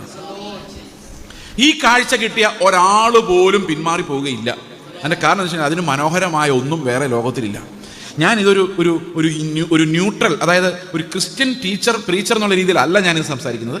ഒരു യുക്തിയോടെ ചിന്തിക്കുന്ന ഏതൊരു മനുഷ്യനും, ഉദാഹരണത്തിന് ഒരു ക്രിസ്തീയ കാഴ്ച നമ്മളിങ്ങനെ കാണുകയാണ്. നിങ്ങളോട് വഴക്കുണ്ടാക്കുന്ന ഒരാൾ, ഓക്കെ, ഈ വഴക്കുണ്ടാക്കുന്ന ഒരാളോട് നിങ്ങളുടെ സ്വാഭാവികമായ പ്രതികരണം എന്താണ്? 2 വാക്ക് തിരിച്ചു പറഞ്ഞ് അവനെ നിയന്ത്രിക്കുക. ഇപ്പം 2 വാക്ക് തിരിച്ചു പറ, നീ ഒട്ടും മോശക്കാരനല്ലെന്ന് തെളിയിക്കണം. കാരണം എന്താ? ആ പ്ലസ് അവിടെ എന്താണോ എക്സ്ട്രാ വന്നത് അതിനെ നമ്മൾ ന്യൂട്രലൈസ് ചെയ്യണം, അല്ലേ? എന്നാലും നമുക്ക് മുമ്പോട്ട് ജീവിച്ചു പോകാൻ പറ്റുള്ളൂ. അല്ലെങ്കിൽ അയാൾ പറയുന്ന മറ്റൊരു വിശ്വസിക്കും, മറ്റൊരാൾ വിശ്വസിച്ച് ഇങ്ങനെ നമുക്ക് ഒത്തിരി ശത്രുക്കളുണ്ടാവും. അപ്പോൾ നമ്മൾ ആദ്യം തന്നെ അത് എന്ത് ചെയ്യണം? തടയണം. ഓക്കെ. എന്നാൽ ക്രിസ്ത്യൻ കാഴ്ചപ്പാട് എന്താ പറയുക? ക്രിസ്ത്യൻ കാഴ്ചപ്പാട് പറയുന്നത് നിന്നെ ഉപദ്രവിക്കുന്നവനെ നീ സ്നേഹത്തോടെ നോക്കണം.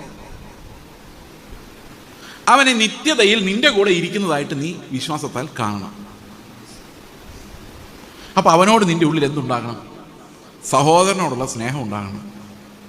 വയറ്റിൽ കിടക്കുന്ന കൊച്ചിനോട് ഒരു ദൈവത്തിൻ്റെ സൃഷ്ടിയോടുള്ള മകനോടുള്ള സ്നേഹം ഉണ്ടാകണം, മകളോടുള്ള സ്നേഹം ഉണ്ടാകണം. അതുണ്ടായി കഴിഞ്ഞാൽ ഈ അബോർഷന് പോകില്ല. അതുപോലെ ഭർത്താവും ഭാര്യയും ഉള്ള ലൈഫിൽ മടുത്ത് കഴിയുമ്പം ഒരു ചെറിയൊരു എക്സാമ്പിൾ പറയാം. ഞങ്ങളുടെ ചർച്ചിൽ ഒരു സഹോദരി ഒരു ദിവസം എന്നോട് പറഞ്ഞു, എനിക്ക് ജീവിതത്തിൽ ഭയങ്കര ഉപദ്രവമാണ്, എൻ്റെ ഭർത്താവ് എന്നെ ഭയങ്കരമായിട്ട് ഉപദ്രവിക്കുന്നു, ചവിട്ടുന്നു, തുപ്പുന്നു, അടിക്കുന്നു, ഭയങ്കര വയലൻ്റ് മർദ്ദനമാണ്, എനിക്ക് ശരീരത്തിനൊന്നും സുഖമില്ലാതായി, മക്കളെ തല്ലുന്നു. അപ്പോൾ ഈ വർണ്ണനകളുടെ ആ ലെവൽ കണ്ടപ്പോൾ ഞാൻ ആ സഹോദരിയോട് പറഞ്ഞു, നിങ്ങൾ കുറച്ചാളൊന്ന് മാറി താമസിച്ചിട്ട് ഈ ആളെ ഒരു കൗൺസിലിങ്ങിന് വിട്, ആരെക്കൊണ്ടെങ്കിലും പറയിപ്പിച്ചൊരു കൗൺസിലിംഗ് ഇടാൻ പറഞ്ഞു. പുള്ളിക്കാരൻ ശരി എന്ന് പറഞ്ഞിട്ട് പിറ്റേ ദിവസം ഞാൻ വിളിച്ച് എന്ത് തീരുമാനിച്ചെന്ന് വെച്ചാൽ പറയാം, പാസ്റ്ററെ ഞാൻ എങ്ങും പോകുന്നില്ല. അതെന്താ? അല്ല, ഞാൻ ആലോചിച്ച് നോക്കിയപ്പോൾ കർത്താവ് എനിക്ക് തന്ന ആളല്ലേ, എൻ്റെ ഉള്ളിൽ സ്നേഹമേ ഉള്ളൂ, അതുകൊണ്ട് ഞാൻ അയാളെ ഇട്ടിട്ട് പോയാൽ ശരിയാവില്ല, ഞാൻ മരിക്കണം, അത്രയേ ഉള്ളൂ, മരിച്ചാലും കർത്താവിൻ്റെ അടുത്തോട്ടല്ലേ പോകുന്നത്. ഇത് ക്രിസ്ത്യാനിക്ക് മാത്രം കാണാൻ പറ്റുന്ന ഒരു കാഴ്ചയാണ്. ഇത് വെളിയിൽ ഒരു തത്വശാസ്ത്രത്തിനും ആരെയും പഠിപ്പിക്കാൻ പറ്റത്തില്ല.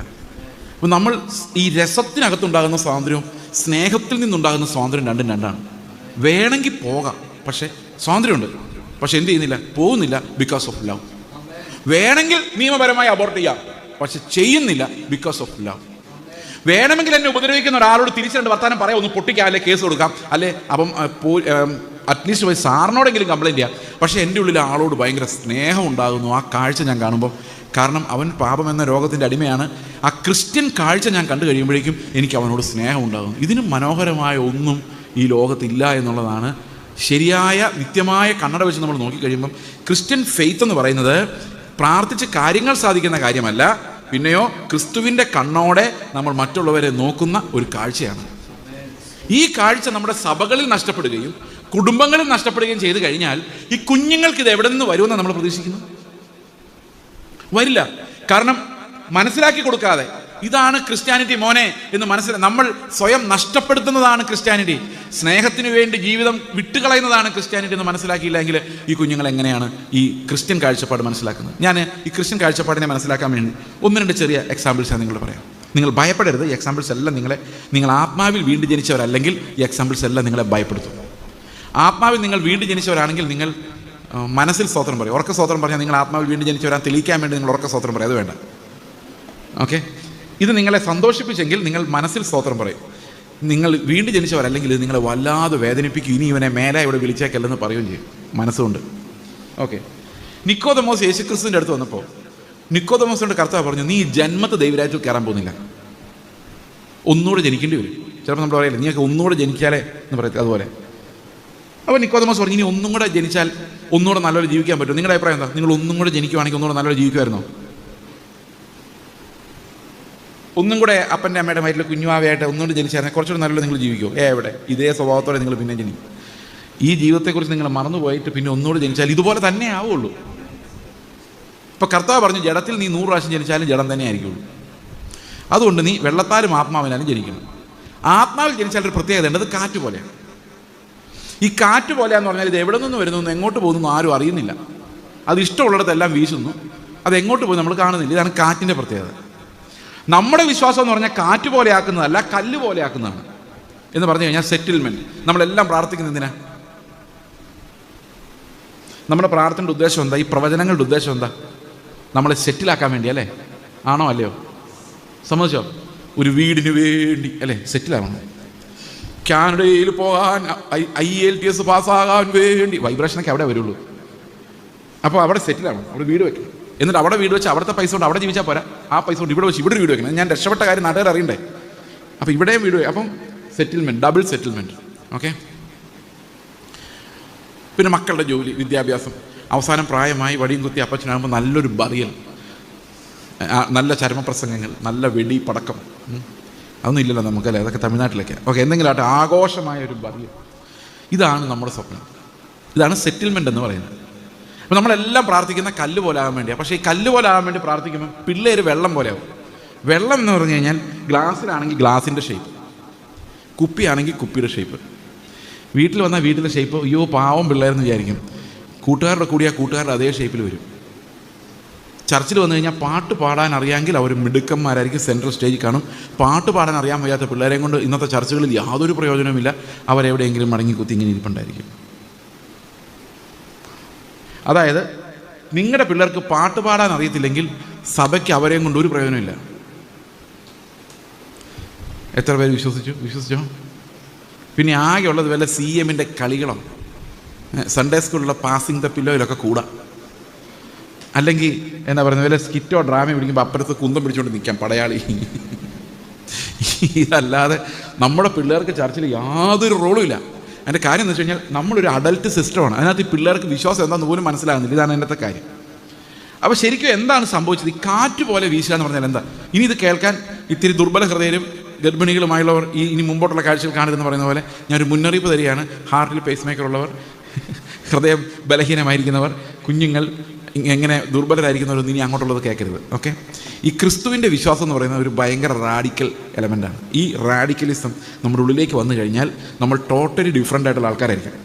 ഇതെന്താ സംഭവം എന്ന് വെച്ചാൽ, ഈ കാറ്റ് പോലെ വീശാതെ നമുക്ക് ദൈവരാജ്യത്തിൽ പ്രവേശിക്കാൻ പറ്റില്ല. അതിന് കർത്താവ് വേറൊരു എക്സാമ്പിൾ പറയുന്നുണ്ട്. ഒരു ധനവാനായ മനുഷ്യൻ യേശുവിനെ അനുഗമിക്കാൻ ശ്രമിച്ചപ്പോൾ അവസാനം കർത്താവ് കൊണ്ട് പറഞ്ഞെന്താണ്? ധനവാൻ ദൈവരാജ്യത്തിൽ കിടക്കുന്നതിനേക്കാൾ എളുപ്പം ഒട്ടകം സൂചിക്കുഴലിലൂടെ പോകുന്നതാണ്. നിങ്ങൾ ഒരു നിമിഷം ഒന്ന് ആലോചിച്ച് നോക്കി, ഈ ഒട്ടകം സൂചിക്കുഴലിലൂടെ കിടക്കുന്ന പോലെയാണ് ധനവാൻ ദൈവരാജ്യത്തിൽ കിടക്കുന്നത്. നിങ്ങൾക്ക് എന്ത് മനസ്സിലായി? ധനവാൻ ദൈവരാജ്യത്തിൽ പോവുകയില്ല. അതല്ലേ മനസ്സിലായത്? ശിഷ്യന്മാർക്ക് എന്താ മനസ്സിലായെന്നറിയോ? ധനവാൻ പോകില്ല എന്നല്ല മനസ്സിലായത്. കാരണം നമ്മൾ ധനവാനെ നോക്കിക്കൊണ്ടിരിക്കുക. അതുകൊണ്ടാണ് ഇവൻ എങ്ങനെ കയറും എന്ന് വിചാരിക്കുന്നത്. ശിഷ്യന്മാർ ധനവാനെയല്ല നോക്കിയത്, സൂചിക്കുഴയാണ് നോക്കിയത്. അപ്പോൾ ശിഷ്യന്മാർക്ക് മനസ്സിലായത് എന്നാണെന്നറിയോ? ആരും കയറാൻ പോകുന്നില്ലെന്ന്. ശിഷ്യന്മാർ ചോദിച്ചാൽ എന്നറിയോ? അങ്ങനെയെങ്കിൽ രക്ഷിക്കപ്പെടാൻ ആർക്ക് കഴിയും? കാരണം ഒട്ടകം കയറില്ല. നമ്മൾ അറ്റ്ലീസ്റ്റ് ഒരു പൂച്ചയെങ്കിലും ആണല്ലോ, കയറില്ല. നമ്മൾ പ്രാർത്ഥിക്കാൻ പറയില്ലേ, പുഴു പോലെ സമർപ്പിക്കുന്നു, പുഴു പോലും ഇതിനകത്ത് കയറില്ല, ആരും കയറില്ല. അപ്പോൾ ശിഷ്യന്മാർ നോക്കിയപ്പോൾ ധനവാനല്ല അവർക്ക് പ്രശ്നം, നമുക്കാണ് ധനവാൻ പ്രശ്നം. നമ്മൾ ധനവാനെ കയറ്റാൻ വേണ്ടി ഈ സൂചിക്കുഴ വലുതാക്കി തിമിംഗലങ്ങൾ വരെ കയറുന്ന ഷേപ്പിലാക്കി ഗേറ്റിൽ വെച്ചിട്ടുണ്ട്. ഇങ്ങ് പോരെ. ഇതിനകത്തൊരു കൊതുക് വന്നാൽ നമ്മൾ അറിയില്ലാത്തത്, കാറ്റ് വന്നാൽ ഒട്ടും അറിയില്ല. പക്ഷെ ശരിക്കും പറഞ്ഞാൽ ആ സൂചിക്കുഴയിലൂടെ ധനവാൻ പോയിട്ട് ദരിദ്രൻ പോയിട്ട് ഒരു മനുഷ്യനും കയറില്ല, ഒരു പുഴു പോലും കയറില്ല. സമ്മതിച്ചോ? നൂല് പോലും കയറാൻ പാടാന്ന് നമ്മൾ ആലോചിക്കണം. എന്തിനാ ഇത്ര ചെറിയ സൂചിക്കുഴ ഉണ്ടാക്കി വെച്ചിരിക്കുന്നത്? ഞാൻ പലപ്പോഴും ആലോചിച്ചിട്ടുണ്ട്. ഇത്ര വലുതുണ്ടാക്കിയാൽ. അപ്പോൾ അതിനകത്തൊരു ഒരു ഒരു പുഴു പോലും കയറാത്ത ആ സ്ഥാനത്ത് നോക്കിയിട്ട് നമ്മൾ പറയാം ധനവാൻ പോവില്ല. ആരാ പോകാത്തത്? ആരും പോവില്ല. പിന്നെ പോകണമെങ്കിൽ എന്ത് ചെയ്യണം? കാറ്റ് പോലെ ആവണം. കാറ്റ് ഇതിലെ വേണമെങ്കിലും പൊക്കോളും. അപ്പോൾ ദൈവരാജ്യത്തിലേക്ക് കയറണമെങ്കിൽ നമ്മൾ ആരെ പോലെ ആകണം? കാറ്റ് പോലെ ആകണം. ഇനി നിങ്ങൾ ധൈര്യമായിട്ട് പിടിച്ചിരുന്നോ, ഞാൻ ആ പറയാൻ പോയ കാര്യം പറയാൻ പോകണം. ഇവിടെ നിന്നൊരു മനുഷ്യനെ പ്രാർത്ഥിച്ച് വിടുതലെടുത്ത് പോരാട്ടങ്ങളെ ശാസിച്ച് അന്ധകാര വ്യാപാരങ്ങൾ ഇന്ത്യക്കും കാനഡയിലും ഇടയിലുള്ള മേഘങ്ങളിൽ വ്യാപരിക്കുന്ന അന്ധകാര ശക്തികളെല്ലാം ശാസിച്ച് ആ വഴിയെല്ലാം ക്ലിയറാക്കി IELTS പാസ്സായി ഒരു മനുഷ്യൻ ഇവിടെ നിന്ന് എഞ്ചിനീയറിംഗ് പാസ്സായ ശേഷം കാനഡയ്ക്ക് പോയി. അവിടെ ചെന്ന് അവിടെ ഒരു എക്സാം പാസ്സായി അവിടെ നല്ലൊരു ജോലി പഠിച്ച അതേ വിഷയത്തിൽ ജോലി കിട്ടിയാൽ നല്ല സാലറി ആയിരിക്കും. അതേപോലെ സാലറിയും കിട്ടി. അദ്ദേഹം കാൽക്കുലേറ്റ് ചെയ്തു 15 ലക്ഷം രൂപ സാലറി, 15 ലക്ഷം രൂപ ലോണുണ്ട്. 2 വർഷം കൊണ്ട് ഈ ലോൺ ക്ലിയർ ചെയ്യണം. അമ്മയ്ക്ക് ക്യാൻസറാണ്, അമ്മയ്ക്ക് ക്യാൻസറിനെ ചികിത്സിക്കണം, ചേട്ടന് ജോലിയില്ല, ഒരു വീട് വെക്കണം, ഇങ്ങനെ പ്ലാനുകളെല്ലാം സെറ്റിൽമെൻറ്റ്. കല്ല് പോലെ ആകാൻ വേണ്ടി പുള്ളി ഇങ്ങനെ വിടുതലെടുത്ത് അത്ര എത്തി കേട്ടോ, ഭയങ്കര. അപ്പം ഇവിടെ വീട്ടിലെ ഒന്നും പൈസ ഒന്നും ഇല്ലെങ്കിലും ഈ മനുഷ്യന് ഇനി ജോലി ചെയ്ത് ഇതെല്ലാം സമ്പാദിച്ച് കൊടുക്കാം. അപ്പം അങ്ങനെ ഇരിക്കുമ്പോൾ കർത്താവ് ഇദ്ദേഹത്തോട് പറഞ്ഞു, നീ നിൻ്റെ ജോലി രാജിവെച്ച് ഇറാഖിലേക്ക് സുവിശേഷ വേലയ്ക്ക് പോകണം. ഇയാൾ പറഞ്ഞു, 2 വർഷം ഞാനിവിടെ വർക്ക് ചെയ്ത് ഞാനൊന്ന് കടമൊന്ന് വീട്ടിക്കോട്ടെ. എൻ്റെ അപ്പൻ്റെയും ചേട്ടൻ്റെയും പേരുള്ള സ്ഥലമാണ് ഈ ഈട് വെച്ചിരിക്കുന്നത്, അത് ബാങ്കുകാർ കൊണ്ടുപോകും, അതുകൊണ്ട് 2 വർഷം ഞാൻ ജോലി ചെയ്ത് കടമൊന്ന് വീട്ടിയിട്ട് ഞാൻ പൊക്കോളാം. കർത്താവ് പറഞ്ഞു, കലപ്പമേൽ കൈവച്ചിട്ട് പിന്നോട്ട് നോക്കുന്നവനൊന്നും ദൈവരാജ്യത്തിന് കൊള്ളാവുന്നവനല്ല. പുള്ളി റെസിഗ്നേഷൻ എഴുതി കൊടുത്തു. ജോലി കാനഡയിലെ PR-ൻ്റെ ആപ്ലിക്കേഷൻ ഫോം വലിച്ചു കയറി ദൂരെ, ഒരു ഓഫർ വന്നായിരുന്നു, അത് വേണ്ടെന്ന് വെച്ചു. പുള്ളി നേരെ ഇറാഖിലേക്ക് അങ്ങ് പോയി. അന്ന് ISIS തീവ്രവാദികളുടെ ആ ബോംബിൻ്റെ ഇടയിലൂടെയാണ് പോകുന്നത്. വീട്ടുകാർ നെഞ്ചത്തടി നിലവിളി, അയ്യോ പോയേന്ന് പറഞ്ഞു. ഇത്രയും കാശും കടവും മേടിച്ച് അമ്മയ്ക്ക് ക്യാൻസർ ആയിരിക്കുന്ന ആള് എന്താണ്, കാറ്റ് എങ്ങോട്ട് പോകുന്നു ഒന്ന് പ്രാർത്ഥിക്കാമോ? നമ്മുടെ പിള്ളേരെല്ലാം കാറ്റ് പോലെ ആക്കണേന്ന്. ധൈര്യമുണ്ടോ? ധൈര്യമുള്ളവർ ധൈര്യമുണ്ടോ? ഞാൻ അധികം പ്രസംഗിച്ച പ്രശ്നമാണ്. അതോ കല്ല് പോലെ ആകണം? ഈ കല്ല് പോലെ ആയില്ല, കാറ്റ് പോലെ ആയ വലിയ പ്രശ്നമുണ്ട്. എന്താ പ്രശ്നം എന്ന് വെച്ച് കഴിഞ്ഞാൽ, അവൻ അവിടെ ശമ്പളം മേടിച്ച് കാനഡയിൽ വർക്ക് ചെയ്തിരുന്നെങ്കിൽ 40,000 രൂപ വെച്ച് ചർച്ചിൽ ദശാംശം ഇടേണ്ട പയ്യനാണ്. ഇപ്പം 40,000 രൂപ വെച്ച് ചർച്ച് റേസ് ചെയ്ത് അങ്ങോട്ട് കൊടുക്കുക. ചർച്ചിനൊരു വിൻഡോ പിടിപ്പിക്കാനുള്ള പൈസ പോലും ഇല്ലാതായി. ഇങ്ങനെയുള്ള മിഷണറിമാരെ കൊണ്ട് എന്നാ ചെയ്യാൻ പറ്റും? ഞാൻ തമാശയായിട്ട് പറഞ്ഞാൽ, സഭയും കൂടെ കാറ്റ് പോലെ ആയെങ്കിൽ മാത്രമേ. അപ്പോൾ നിസ്സാര പണിയല്ല നമ്മുടെ മുമ്പിൽ കിടക്കുന്നത്. എന്നിട്ട് അദ്ദേഹം ഇറാഖിൽ ചെന്നപ്പോൾ എന്ത് സംഭവിച്ചെന്നറിയോ? വില്ലേജുകളിൽ ചെല്ലുമ്പം അവിടെ പിള്ളേര് ഓരോ വീട്ടിൽ ചെല്ലുമ്പം അവിടുത്തെ ആൾക്കാർ പറയാം, നിങ്ങളെ ഞാൻ സ്വപ്നത്തിൽ കണ്ടായിരുന്നു കർത്താവിൻ്റെ സുവിശേഷമായിട്ട് യേശുവിനെ കുറിച്ച് പറയാൻ വേണ്ടി വരുമെന്ന്. അവിടെ അങ്ങനെ ആൾക്കാർ കണ്ടുമുട്ടി, ഇങ്ങോട്ട് കണ്ടുമുട്ടുമായിരുന്നു. അപ്പോൾ കാറ്റ് പോലെ പുള്ളി വീശിയപ്പോൾ കർത്താവ് അമ്മയ്ക്ക് സൗഖ്യം കൊടുത്തു, ക്യാൻസർ മാറി. ചേട്ടന് ഗൾഫിൽ ജോലിയും കൊടുത്തു. പക്ഷേ ഈ കാറ്റെന്ന് പറയുന്ന ഒരു എലമെൻ്റ്, അതായത് കർത്താവ് കാണിക്കുന്ന കാഴ്ചകളിലൂടെ മാത്രം നടക്കാൻ പറ്റുന്ന ആ ഒരു ഫെയ്ത്താണ് ഇന്ന് സഭയ്ക്ക് കൊടുക്കാൻ പറ്റാതിരിക്കുന്നത്. ഞാൻ കഴിഞ്ഞ ദിവസം എന്നെ ഒരാളൊരു കൺവെൻഷന് വിളിച്ചു. കൺവെൻഷൻ വിളിച്ചു കഴിഞ്ഞാൽ കൺവെൻഷൻ്റെ പകൽ സമയത്ത് യൂത്ത്സിനോട് സംസാരിക്കാൻ വേണ്ടി വിളിച്ചു. അപ്പോൾ ഞാൻ അവരോട് ചോദിച്ചു, അപ്പുറത്തും ഇപ്പുറത്തൊക്കെ ആരാ സംസാരിക്കുന്നത്? ഞാനിവിടെ വന്നിട്ടും ഇതിൻ്റെ നോട്ടീസ് എടുത്ത് നോക്കി ആരൊക്കെ വൈകിട്ട് സംസാരിക്കും. അപ്പോൾ ഞാൻ അവിടെ ആ കലണ്ടർ എടുത്ത് നോക്കി കഴിഞ്ഞപ്പം ഞാൻ പറയുന്നതിൻ്റെ നേരെ ഓപ്പോസിറ്റ് പ്രോസ്പെരിറ്റി പറയുന്ന ഒരാളാണ് വൈകിട്ട് പ്രസംഗിക്കുന്നത്. അപ്പോൾ ഞാൻ പറഞ്ഞു, എന്നെ അങ്ങ് ഒഴിവാക്കി. അയ്യോ, നോട്ടീസ് അടിച്ചു, കലണ്ടർ ഒരു പ്രയോജനമില്ല. ഞാൻ പറഞ്ഞു കഴിയുമ്പോൾ എല്ലാവരും ഹല്ലേലൂയ സ്തോത്രം സ്തോത്രം. അടുത്ത ആൾ പറഞ്ഞ് നേരെ തിരിച്ച് നിങ്ങൾ കല്ല് പോലെ ആക്കും, കല്ല് എന്ന് വൈബ്രേഷൻ പറയുമ്പോഴേക്കും അപ്പോഴേക്കും എല്ലാവരും സ്തോത്രം സ്തോത്രം. ആർക്കും ഒരു പിടിയില്ല ഇത് എന്താണ്, എന്ത് പറഞ്ഞാലും സ്തോത്രം. ഞാൻ ഇപ്പോഴും ഓർക്കുന്നുണ്ട്, ഒരു ഇത്തിരി വൈബ്രേഷനോടുകൂടി യേശുക്രിസ്തു ദൈവം അല്ലായിരുന്നു എന്ന് പറഞ്ഞപ്പം സ്തോത്രം ചെയ്ത പെന്തക്കോസുകാരെ എനിക്കറിയാം. യേശുക്രിസ്തു ദൈവമല്ല എന്നുള്ളതിന് 5 തെളിവുകൾ. യേശുക്രിസ്തു ദൈവമല്ല എന്ന് ഉള്ളതിൻ്റെ 5 തെളിവുകൾ ഇതാന്ന് പറഞ്ഞുകൊണ്ട് ബൈബിൾ. അയ്യോ, അവരെല്ലാം ആത്മാവിലായി. എന്ത് ആത്മാവിലായി എന്ന് പറയുന്നത്? അപ്പം ഇത് ഇന്നത്തെ കാലത്തിൻ്റെ ഒരു പ്രത്യേകതയാണ്. വൈബ്രേഷൻ മാത്രം മതി. എന്താ പറയുന്നത് ആരും ശ്രദ്ധിക്കുന്നില്ല. ഞാനിപ്പം ഒരു വൈബ്രേഷൻ പറഞ്ഞു കഴിഞ്ഞാൽ ആൾക്കാർ ചെന്ന് കഴിയുമ്പോൾ ചോദിക്കും, എന്താ അയാൾ പറഞ്ഞത്? നല്ല സൂപ്പർ ശുശ്രൂഷയായിരുന്നു, എന്താ ഉണർവായിരുന്നു, എന്താ പറഞ്ഞത്? അത് ഓർമ്മയില്ല, ഭയങ്കര വൈബ്രേഷനായിരുന്നു. അപ്പോൾ നമ്മുടെ ബ്രെയിനകത്തോട്ട് ഒരു വക കയറുന്നില്ല. ഇത് ഇന്നത്തെ ഒരു പ്രത്യേകതയാണ്. ഇന്നത്തെ ഈ കോഴ്സ് ഓഫ് ടൈം എന്ന് പറഞ്ഞു കഴിഞ്ഞാൽ എന്ത് ചെയ്തു എന്നറിയാമോ? നമ്മുടെ ബ്രെയിനുകളെ, നമ്മുടെ കുഞ്ഞുങ്ങളുടെ തലച്ചോറിനെ ഒരു വകയ്ക്കും കൊള്ളാത്തതാക്കി മാറ്റി എന്നുള്ളതാണ് ഈ സാത്താൻ അന്ത്യകാലത്ത് ചെയ്തിരിക്കുന്ന ഒരു പണി. They are brain washed by a system. അതെന്തുകൊണ്ടാണ് ഞാനത് പറയുന്നതെന്ന് വെച്ച് കഴിഞ്ഞാൽ, നമുക്ക് പണ്ട് തലമുറകളിലുണ്ടായിരുന്ന ഒത്തിരി കഴിവുകൾ ഇന്ന് നഷ്ടപ്പെട്ടതായിട്ട് നമുക്ക് കാണാൻ പറ്റും. നിങ്ങൾ ശ്രദ്ധിച്ചിട്ടുണ്ട്, ഒത്തിരി കഴിവുകൾ ഇന്ന് നമുക്ക് നഷ്ടപ്പെട്ടു. പിന്നെ പ്രധാനപ്പെട്ട കാര്യം എന്താണെന്ന് വെച്ച് കഴിഞ്ഞാൽ, പണ്ടൊക്കെ നമുക്ക് ഒരു 5 കിലോമീറ്റർ നടന്നാലും നമുക്ക് നടന്നതായിട്ട് തോന്നില്ലായിരുന്നു. 5 കിലോമീറ്ററല്ലേ ഉള്ളൂ, നമുക്ക് നടക്കാമെന്ന് പറയായിരുന്നു. ഓർമ്മയുണ്ടോ? പ്രായമായവർക്കൊക്കെ ഓർമ്മയുണ്ടായിരിക്കും. പക്ഷേ ഇന്ന് കാറ് ഒരു 50 മീറ്റർ താഴെ ഇട്ട് കഴിഞ്ഞാൽ 50 മീറ്റർ നടക്കണോ ഇങ്ങനെ ചിന്തിക്കുന്നത്. അങ്ങനെ ചിന്തിക്കുന്നത് വാതിൽ പടിയിലാണ് കൊണ്ടേ കാറ് പാർക്ക് ചെയ്യുന്നത്. അതിന് ഇതിനകത്തോട്ട് കയറ്റാൻ പറ്റുമായിരുന്നെങ്കിൽ കയറ്റിയാനേ. കാരണം അത്രയും നടപ്പൊഴിവാക്കാണ്. അതാണ് നമുക്ക് നടക്കാൻ പറ്റത്തില്ല, കഴിവ് പോയി. കുറേ കഴിയുമ്പോൾ നമുക്ക് നടക്കാൻ പോലും പറ്റാത്ത തലമുറയായിരിക്കും അടുത്ത തലമുറ. അതൊന്ന്. പണ്ട് കാലത്തൊക്കെ നമ്മുടെ അമ്മച്ചിമാരൊക്കെ ഇങ്ങനെ ചമ്മന്തി അരച്ചും അല്ലേ, അതൊക്കെ അരിയാട്ടിയൊക്കെ, അതൊന്നും വേണ്ട, അതിൻ്റെ ഒന്നും ആവശ്യമില്ല. ഈ ചില ആൾക്കാർ പറയും ചമ്മന്തി ആ അരകല്ലിൽ അരച്ച ചമ്മന്തിക്ക് ഭയങ്കര ടേസ്റ്റാണ്. വെറുതെ ആട്ടോ, ചുമ്മാ. ഈ ടേസ്റ്റ് എന്ന് പറയുന്നത് വെറും ഒരു സങ്കല്പമാണ്. നിങ്ങൾ നല്ല ചിക്കൻ എടുത്ത് ഒരു കടി കടിച്ചാൽ എത്ര നേരം അതിൻ്റെ ടേസ്റ്റ് നിൽക്കും? ആ നാക്കിലൂടെ തൊണ്ടയിലോട്ട് ഇറങ്ങുന്ന അത്ര സമയം. ഇന്നലെ ഞാൻ എന്തൊക്കെയോ കഴിച്ചത്, അതിൻ്റെ ഒരു ടേസ്റ്റ് ഇപ്പോൾ എനിക്കറിയാൻ മേല. അത് അന്നേരം ഉള്ളൂ. ആ ഒരു മോമെൻറ്റിലെ ടേസ്റ്റിന് വേണ്ടിയാണ് അമ്മച്ചിമാർ രാവിലെ തൊട്ട് അടുക്കളയിൽ പുകഞ്ഞ് കത്തുന്നത്. എന്തെങ്കിലും ഉണ്ടാക്കി കൊടുത്ത് എന്തെങ്കിലും തിന്നിട്ട് പോട്ടെ. ഈ രുചിക്ക് വേണ്ടി എന്തിനാണ് മനുഷ്യൻ മരിക്കുന്നത്? ഇതെല്ലാം ഈ രസമാണ്. രസം, അതായത് തിന്നുന്നത് രസത്തിന് വേണ്ടി, കൂട്ടുകൂടുന്നത് രസത്തിന് വേണ്ടി. ഇന്നത്തെ നമ്മളെല്ലാം ഭരിക്കുന്ന രസമാണ്. പ്രസംഗം കേട്ടാലും രസമില്ലെങ്കിൽ കേൾക്കൂല, ഇരുന്നുറങ്ങും. പാട്ട് പാടിയാലും അർത്ഥമല്ല നോക്കുന്നത്, രസമാണ്. രസമുണ്ടോ? നല്ല രസമായിരുന്നു പാട്ട്. എന്താ പാടിയത്? എൻ്റെ പുരയ്ക്കകത്ത് വരാൻ നീ വരല്ലേ, എൻ്റെ വീട്ടിനകത്തേക്ക്, എൻ്റെ ഹൃദയത്തിൽ ഒട്ടും വരല്ലേ, എൻ്റെ വീട്ടിലേക്ക് അത്രയും പോലും വരരുത്, നീ ദൂരെ നിന്ന് എൻ്റെ കാര്യങ്ങൾ സാധിച്ചു തന്നാൽ മതി എന്നാ പാടിയേക്കുന്നത്. പക്ഷെ പാട്ട് നല്ല ട്യൂണായിരുന്നു, ഭയങ്കര രസമായിരുന്നു. പണ്ടൊക്കെ അറ്റ്ലീസ്റ്റ് വീട്ടിലൊരു ബോർഡെങ്കിലും വയ്ക്കുമായിരുന്നു, ക്രിസ്തു വീടിൻ്റെ നായകൻ. ഇപ്പോൾ പറഞ്ഞ് വീടിൻ്റെ പോയിട്ട് നാട്ടിൽ പോലും വന്നേക്കരുത്, ദൂരെ നിന്ന് എന്തെങ്കിലും പറഞ്ഞാൽ മതി, ഹൃദയത്തിൽ വരികയേ ചെയ്യരുത്. പെന്തക്കോസ്തുകാർ പാടുന്ന പാട്ടാണ്. എന്താ പാടുന്നു? വല്ല പാടാനിരിക്കും അല്ലായിരുന്നല്ലോ അല്ലേ? അപ്പോൾ നമ്മൾ പറയുന്നത് എന്താ, പ്രസംഗിക്കുന്നത് എന്താ, വിശ്വാസം എന്താ, ഒന്നും അറിയാൻ വയ്യ. ഈ ഫെയ്ത്തിന് വന്ന വരൾച്ച എന്താണ്? എവിടെയാണ് നമ്മുടെ ഫെയ്ത്ത് നഷ്ടപ്പെട്ടതെന്ന് പറയാൻ വേണ്ടി ഞാൻ 1-2 ഇല്ലസ്ട്രേഷൻസ് ഞാൻ നിങ്ങളോട് പറയാം. അതിനു മുമ്പ് ഈ കഴിവ് പോയത് എങ്ങനെയാണെന്ന് അതുകൊണ്ട് പറഞ്ഞേക്കാം. ഉദാഹരണത്തിന്, നടക്കാനുള്ള കഴിവ്, അധ്വാനിക്കാനുള്ള കഴിവ്, എഴുതാനുള്ള കഴിവ്. ഇപ്പോൾ എഴുതാൻ ആർക്കും അറിയാം. ഞാൻ എൻ്റെ പേന പോലും ഇല്ല. എത്ര നാളെയെന്നറിയാം ഞാനൊരു പേന കൊണ്ട് എന്തെങ്കിലും എഴുതിയിട്ട്. അത് ആവശ്യമില്ല. ഇതാ എഴുതുന്നത് ഇങ്ങനെ എല്ലാം അതിനകത്തുണ്ട്.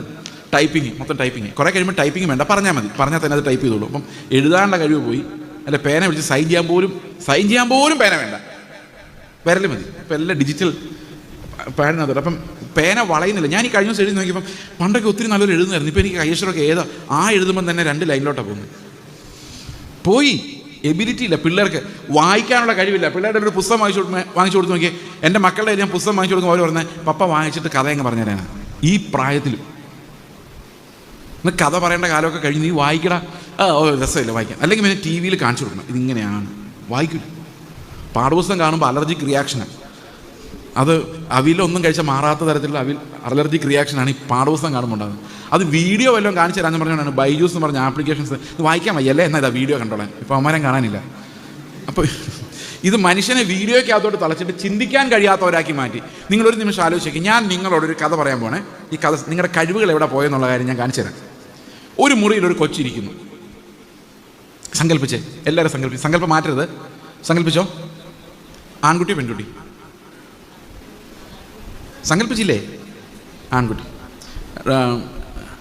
ഷർട്ട് ഇട്ടിട്ടുണ്ടോ ഇല്ലയോ? ആഹാരം വായിക്കാനിരിക്കുവാണോ? കണ്ണട വെച്ചിട്ടുണ്ടോ?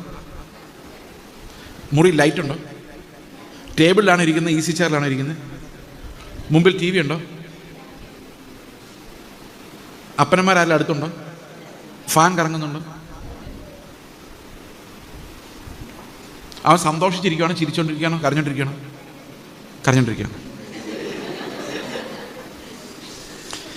ഇത്രയും കാര്യങ്ങൾ നിങ്ങൾ ശ്രദ്ധിച്ചല്ലേ?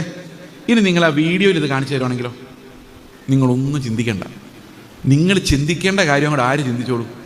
ഇതുണ്ടാക്കി വിടുന്നോ ചിന്തിച്ചോളും. അവർ തന്നെ വസ്ത്രം ധരിപ്പിച്ചോളും, അവർ തന്നെ ലൈറ്റ് ഓണാക്കിക്കോളും, അവർ തന്നെ ഫാൻ ഇട്ടോളും. നമ്മുടെ ബ്രെയിനും കൊണ്ടൊന്നും ചിന്തിക്കാതെ ഇങ്ങനെ ഇരുന്ന് കാണാം. അങ്ങനെ കണ്ട് മാത്തമാറ്റിക്സ് കണക്കൂട്ടാനുള്ള കഴിവ് പോലും പിള്ളേർക്ക് ഇല്ലാതായിപ്പോയി. ഇന്ന് പിള്ളേരെ സ്ക്രീൻ അഡിക്ഷൻ കാരണം അവർക്ക് സംഭവിച്ചേക്കുന്നത് തലയ്ക്കകത്തോടെ ഒന്നും ഓടുന്നില്ല, കുറേ രക്തമല്ലാതെ. മനസ്സിലായോ? അതുകൊണ്ട് എന്താ പ്രശ്നം എന്ന് വെച്ച് കഴിഞ്ഞാൽ, നമ്മൾ സത്യം മനസ്സിലാക്കിയാലും ആ സത്യത്തിന് നമ്മുടെ തലയിൽ ഇരിക്കാനുള്ള കപ്പാസിറ്റി ഇല്ല, അത് അപ്പം തന്നെ ഇറങ്ങിപ്പോകും. അതാണ് ഈ ആധുനിക കാലത്തിൻ്റെ ഏറ്റവും വലിയ പ്രത്യേകത. ഏറ്റവും വലിയ പ്രത്യേകത എന്ന് പറയുന്നത് നമുക്ക് സത്യത്തോട് വിലയില്ല എന്നുള്ളതാണ്. ഉദാഹരണത്തിന് ഈ ബ്രെയിനിനകത്ത് അത് ഹോൾഡ് ചെയ്യാത്തതുകൊണ്ടത്. ഇപ്പം 10ാം ക്ലാസ്സിൽ പഠിപ്പിക്കുന്ന സാറാണ് ഞാനെന്ന് വിചാരിച്ചോ. ഞാൻ 10ാം ക്ലാസ്സിൽ പഠിക്കുന്ന കുട്ടികളാണ് നിങ്ങളെന്ന് വിചാരിച്ചു. ഞാൻ നിങ്ങളോട് ചോദിക്കുകയാണ്, എങ്ങനെയാണ് മനുഷ്യനുണ്ടായത്? ആരെങ്കിലും പറയാം, എങ്ങനെയാണ് മനുഷ്യനുണ്ടായത്?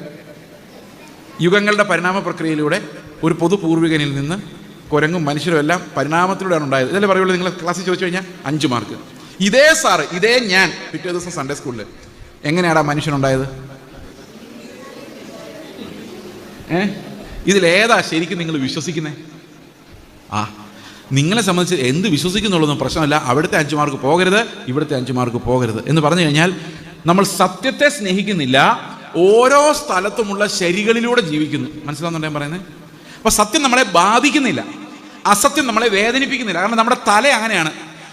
ഏതൊരു സ്ഥലത്ത് ചെന്നാൽ അവിടെ ഫിറ്റ് ആയിരിക്കണം, സ്കൂളിൽ ചെന്നാൽ അവിടെ ഫിറ്റ് ആയിരിക്കണം. പിള്ളേരെടുത്ത് നാണം കെടാൻ പാടില്ല. അതുകൊണ്ട് പിള്ളേർ ചെയ്യുന്ന പോലെ ഞാനും ചെയ്യും. അവർ പറയും വലിക്കടാ പിടിക്ക് എന്ന് പറയുമ്പം പറയും ഞാൻ വലിക്കൂല, അമ്മയുടെ കുഞ്ഞുവാ വളരെടാ വളരെ. അന്നേരം നീയൊക്കെ ആണാണോടാന്ന് ചോദിച്ചോട്ടെ. അതാണ് ഈ ആണുങ്ങൾക്ക് സഹിക്കാൻ മേലാത്തത്. അവർക്ക് എങ്ങനെയെങ്കിലും ഞാൻ ആണാന്ന് തെളിയിക്കണം. അതാണ് ഏറ്റവും വലിയ പ്രശ്നം. എന്നാൽ തൻ്റെ ഉണ്ടേ പറയണ്ടേ, ഞാൻ ഓൾറെഡി ആണായതുകൊണ്ട് ഇനി തെളിയിക്കേണ്ട കാര്യമില്ല, നിങ്ങളൊക്കെ തെളിയിച്ചാൽ മതി എന്ന് പറഞ്ഞാൽ മതിയല്ലോ. അത് പറയാനുള്ള ബോധമില്ല. പറയും ഞാൻ ആണാണെന്ന് തെളിയിച്ചേ പറ്റുള്ളൂ. അപ്പം എങ്ങനെ തെളിയിക്കാം? മൂക്കിലൂടെ പുക വന്നാൽ ആണാണ്. എന്നിട്ട് ഇവർ പറയും അപ്പോൾ ഈ അമ്മയുടെ കുഞ്ഞെന്ന് കേൾക്കുന്ന ഈ ആണുങ്ങൾക്ക് ഭയങ്കര അലർജിയാണ്. അത് വേറെ ഭയങ്കര സഹിക്കാൻ പറ്റുന്നത്. അപ്പോൾ ഇവർ ആണാണെന്ന് തെളിയിച്ച് കഴിയുമ്പോൾ എന്താ പ്രശ്നം? അപ്പോൾ പറയും ഈ മയക്കുമരുന്നൊക്കെ അപകടമാണ്, തലയ്ക്കകത്ത് പിടിക്കുമെന്നൊക്കെ ആൾക്കാർ പറയുന്നുണ്ട്. അതുകൊണ്ട് ഇത് വലിച്ച എന്തെങ്കിലും പ്രശ്നമാവോ, തല പോകുമോ, എന്താ സ്ക്രൂ ആയോ എന്നൊക്കെ പിള്ളേർക്ക് പേടിയുണ്ട്. അപ്പോൾ ഇവർ പറയും നിങ്ങൾക്കറിയാമോ അതേ സിനിമാ താരങ്ങൾ ഇവരെല്ലാം വലിക്കുന്നു, അവർക്ക് എന്തെങ്കിലും കുഴപ്പമുണ്ടോ? അവരെല്ലാം ഭയങ്കര സക്സസ്ഫുൾ അല്ലേ? ഇതൊക്കെ ആൾക്കാർ നിങ്ങളെ പറ്റിക്കുന്ന, പൈസ മുടക്കാൻ പറ്റാത്തതുകൊണ്ട്.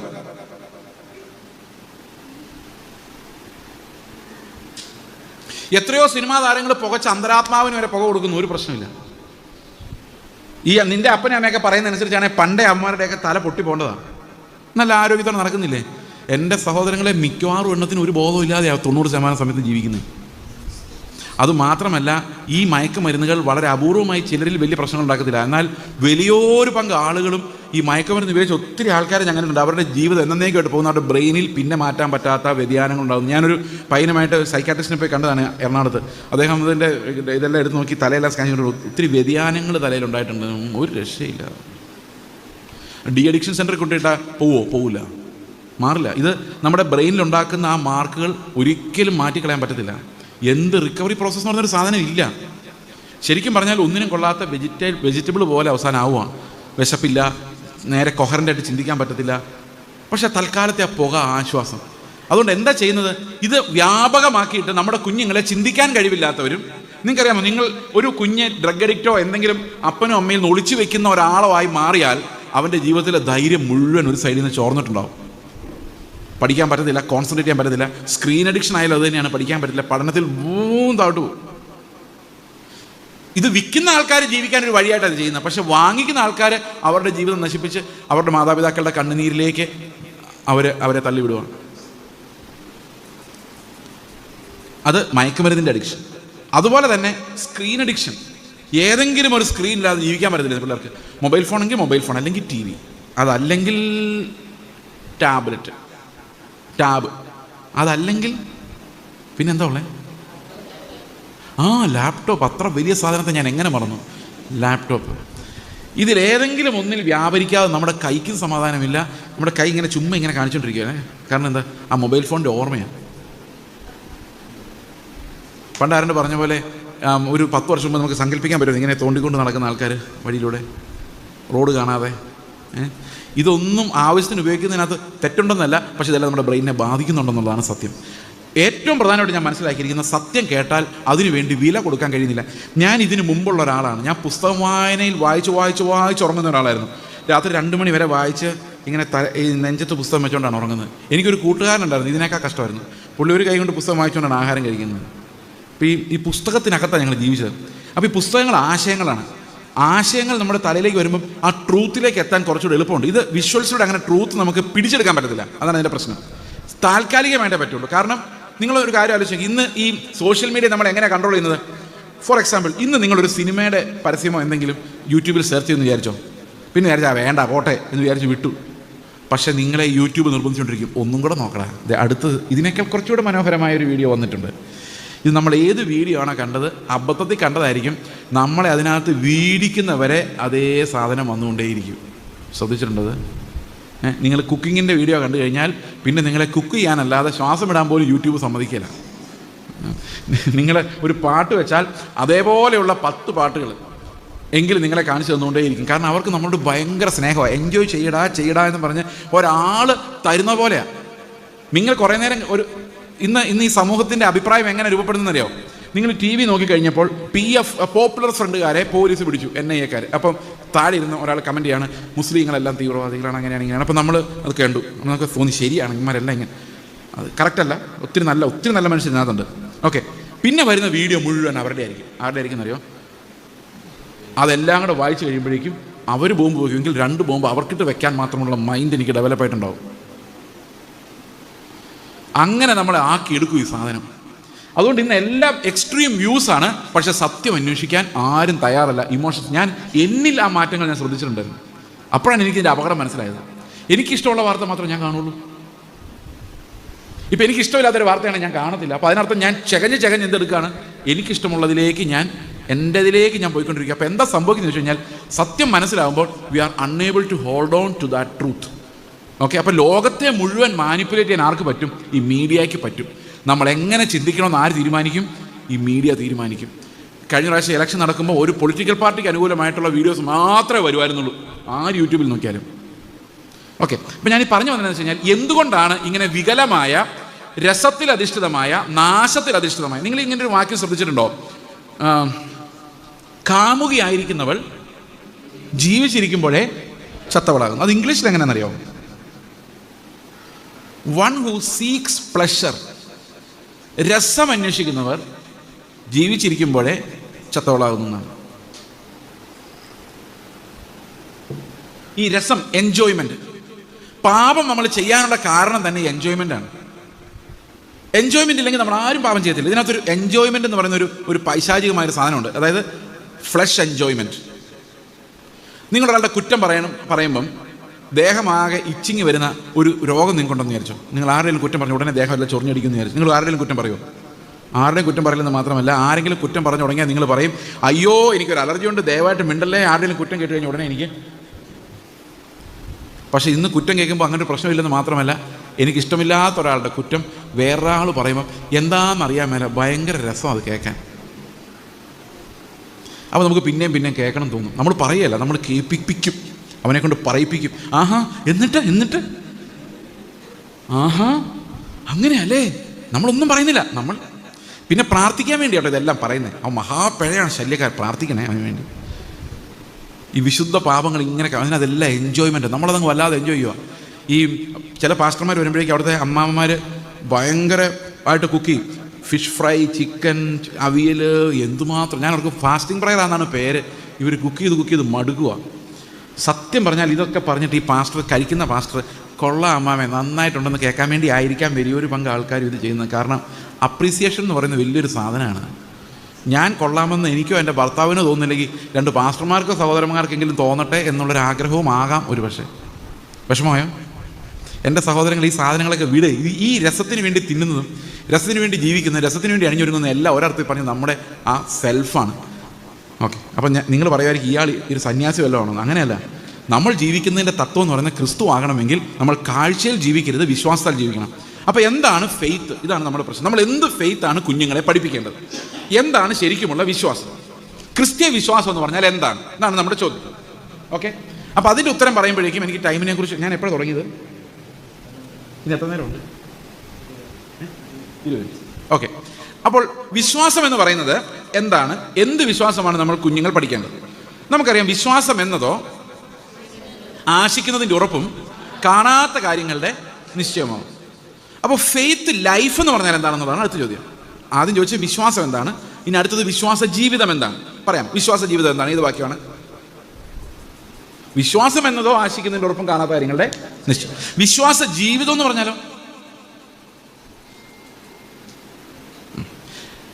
ഗലാത്യ ലേഖനം 2:20 പറയുന്നു, ഞാൻ ക്രിസ്തുവിനോടൊപ്പം ക്രൂശിക്കപ്പെട്ടിരിക്കുന്നതിന് ജീവിക്കുന്നത് ഞാനല്ല, ക്രിസ്തു അത്രേ. അടുത്ത വാക്യമാണ്. അടുത്ത വാക്യം പറയുന്നത്, ഞാൻ ഇപ്പോൾ ജഡത്തിൽ ജീവിക്കുന്നതോ എന്നെ സ്നേഹിച്ച് എനിക്ക് വേണ്ടി തന്നെത്താൻ ഏൽപ്പിച്ചു തന്ന ദൈവപുത്രങ്കലുള്ള വിശ്വാസത്താൽ അത്രേ ജീവിക്കുന്നത്. അപ്പോൾ ഫെയ്ത്ത് ലൈഫ് എന്ന് പറഞ്ഞാൽ എന്താണ്? ഞാനല്ല, ക്രിസ്തു അത്രേ ജീവിക്കുന്നത്. ഇപ്പോൾ ജഡത്തിൽ ജീവിക്കുന്ന ഈ ജീവിതം ഉണ്ടല്ലോ, അത് എന്നെ സ്നേഹിച്ച് എനിക്ക് വേണ്ടി തന്നെത്താൻ ഏൽപ്പിച്ചു തന്ന ക്രിസ്തുവിലുള്ള വിശ്വാസത്താലാണ് ജീവിക്കുന്നത്. അപ്പോൾ ഞാനല്ല, ക്രിസ്തുവാണ് എന്നിൽ വസിക്കുന്നത് എന്നുള്ളതാണ് രക്ഷാകരമായ വിശ്വാസം. മനസ്സിലായോ? ഇനി വിശ്വാസം എന്നാൽ എന്ത്? ഞാനൊരു ദിവസം ഒരു ചർച്ചിൽ പ്രസംഗിക്കാൻ നേരത്തെ ഞാൻ അവരോട് ചോദിച്ചു, ഈ വിശ്വാസത്തിൻ്റെ ഡൈവേർഷൻ എവിടെ വന്നിരിക്കുന്ന ആലോചിച്ച് നോക്കിയോ. നിങ്ങളുടെ അവസ്ഥയ്ക്ക് മാറ്റം വരും, നിങ്ങളെ ദേശത്ത് മാനിക്കും, നിങ്ങളെ ഒരു അനുഗ്രഹ വിഷയമാക്കി മാറ്റും, നിങ്ങളുടെ കടഭാരങ്ങൾ മാറ്റും, രോഗങ്ങളെ സൗഖ്യമാക്കും. 100% ഉറപ്പുള്ളവർ കൈവക്കാൻ പറഞ്ഞു. എൻ്റെ മുമ്പിലുള്ളായിരുന്ന സകല മനുഷ്യരും കൈവക്കി. കാരണം പ്രവാചകന്മാർ വന്ന് എല്ലാം ഉറപ്പിച്ചു കൊടുത്തിട്ടുള്ള വിശ്വാസം അത്. പുറത്ത് നോക്കിയപ്പോൾ 2-3 പാസ്റ്റേഴ്സ് അവരെല്ലാം കൈവക്കിട്ടില്ല. അടുത്ത ചോദ്യം, ഇപ്പോൾ സമയം 12 മണിയായി, 12:01 കർത്താവ് വന്നാൽ 100% ഞാൻ സ്വർഗത്തിൽ പോയിരിക്കും എന്ന് വിശ്വാസമുള്ളവർ കൈവക്കാൻ പറഞ്ഞു. ഒരൊറ്റ ആളെൻ്റെ മുമ്പിലും കൈവക്കില്ല.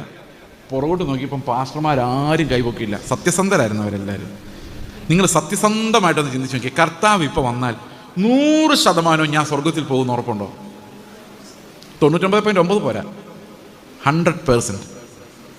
വിശ്വാസം എന്നതോ എന്താ വിശ്വാസം? ആശിക്കുന്നതിൻ്റെ. നമ്മൾ പിള്ളേരെ പഠിപ്പിച്ചേക്കുന്ന ഉപദേശം എന്താ പറയുക? മോഹിക്കുന്നതിൻ്റെ ഉറപ്പാണ് വിശ്വാസം എന്നാണ്. ഈ മോഹിക്കുന്നതിൻ്റെ ഉറപ്പ് വിശ്വാസമായി മാറുമ്പോഴുള്ള പ്രോബ്ലം എന്താണെന്നറിയോ? അത്യാഗ്രഹം ഈസ് ഈക്വൽ ടു വിശ്വാസം എന്ന് വരും. അതായത് 2 നിലയുള്ളൊരു വീട് പണിയാനാണോ 2 മുറിയുള്ളൊരു വീട് പണിയാനാണോ നിങ്ങൾ ഏറ്റെടുത്ത് പ്രാർത്ഥിക്കേണ്ടത്, പിടിച്ചു വെച്ച് പ്രാർത്ഥിക്കേണ്ടത്, വിടുതലെടുത്ത് പ്രാർത്ഥിക്കേണ്ടത്? ഇതിനു വേണ്ടിയായിരിക്കും കൂടുതൽ ശക്തിയോടെ? ആർക്കാ കൂടുതൽ വിശ്വാസം? 2 മുറിയുള്ളൊരു വീട് പണിയുന്ന ആൾക്കാണോ കൂടുതൽ വിശ്വാസം? 2 നിലയുള്ളൊരു വീട് പണിയുന്ന ആൾക്കാണോ കൂടുതൽ വിശ്വാസം? ആണോ കൂടുതൽ വിശ്വാസം? നമ്മൾ സാധാരണ വിശ്വാസം പറഞ്ഞാൽ കുറച്ചുകൂടി, എൻ്റെ അനുഭവം ഞാൻ പറയാം. പണ്ട് ഞങ്ങൾ ഇതാ നമ്മൾ പിള്ളേരെ പഠിപ്പിക്കുന്നത്, ഇതാ പ്രാർത്ഥിക്കടാ, ദൈവം ശരിയാക്കി തരൂടാ, പ്രാർത്ഥിക്കടാ എന്ന് പറയുമ്പം നമ്മൾ അത്യാഗ്രഹം ഉണ്ടാകട്ടടാ, കുറച്ച് മോഹിക്കടാ എന്നാ പറയുന്നത് അല്ലേ? ശരിയല്ലേ? അത് ക്രിസ്ത്യൻ കാഴ്ചപ്പാടാണോ അത്? That's A wrong doctrine. ഞാൻ വർഷങ്ങൾക്ക് മുമ്പ് തമിഴ്നാട്ടിലിരിക്കുമ്പം എൻ്റെ സഹോദരൻ്റെ വീട്ടിൽ, അദ്ദേഹം കത്തോലിക്കനാണ്, എൻ്റെ സഹോദരൻ കത്തോലിക്കനാണ്, യാക്കോബക്കാരനെ കല്യാണം കഴിച്ച് കത്തോലിക്ക. അപ്പോൾ അദ്ദേഹത്തിൻ്റെ വീട്ടിൽ ഞാൻ ഇരിക്കുകയാണ്. ട്രെയിൻ ലേറ്റ് ആയതുകൊണ്ട് ചെന്നൈയിൽ നിന്ന് അങ്ങോട്ട് നോർത്തിലോട്ട് പോകാൻ വേണ്ടി. അപ്പോൾ എൻ്റെ കൂടെ ഒരു മിഷണറി സഹോദരനുണ്ട്. ഞങ്ങൾ രണ്ടുപേരും ഇങ്ങനെ ഇരിക്കുമ്പം എനിക്കൊരു ഇമെയിൽ വന്നു. അന്ന് വാട്സാപ്പ് ഒന്നും അത്ര കോമൺ അല്ല, വാട്സാപ്പ് തുടങ്ങിയിട്ടുള്ളൂ. ഈ വാട്സാപ്പ് തുടങ്ങിയ കാലം 2007-2008 എൻ്റെ ഓർമ്മ. അന്നോട്ട് എനിക്ക് വാട്സാപ്പ് ഉണ്ട് കേട്ടോ. പക്ഷേ അതിൻ്റെ ഉപയോഗമൊന്നും അറിയാൻ മേലായിരുന്നു. എങ്ങനെയോ ഡൗൺലോഡായി ഫോണിൽ കിടപ്പുണ്ട്. അതിനകത്തൊരു മെസ്സേജ് വന്നു.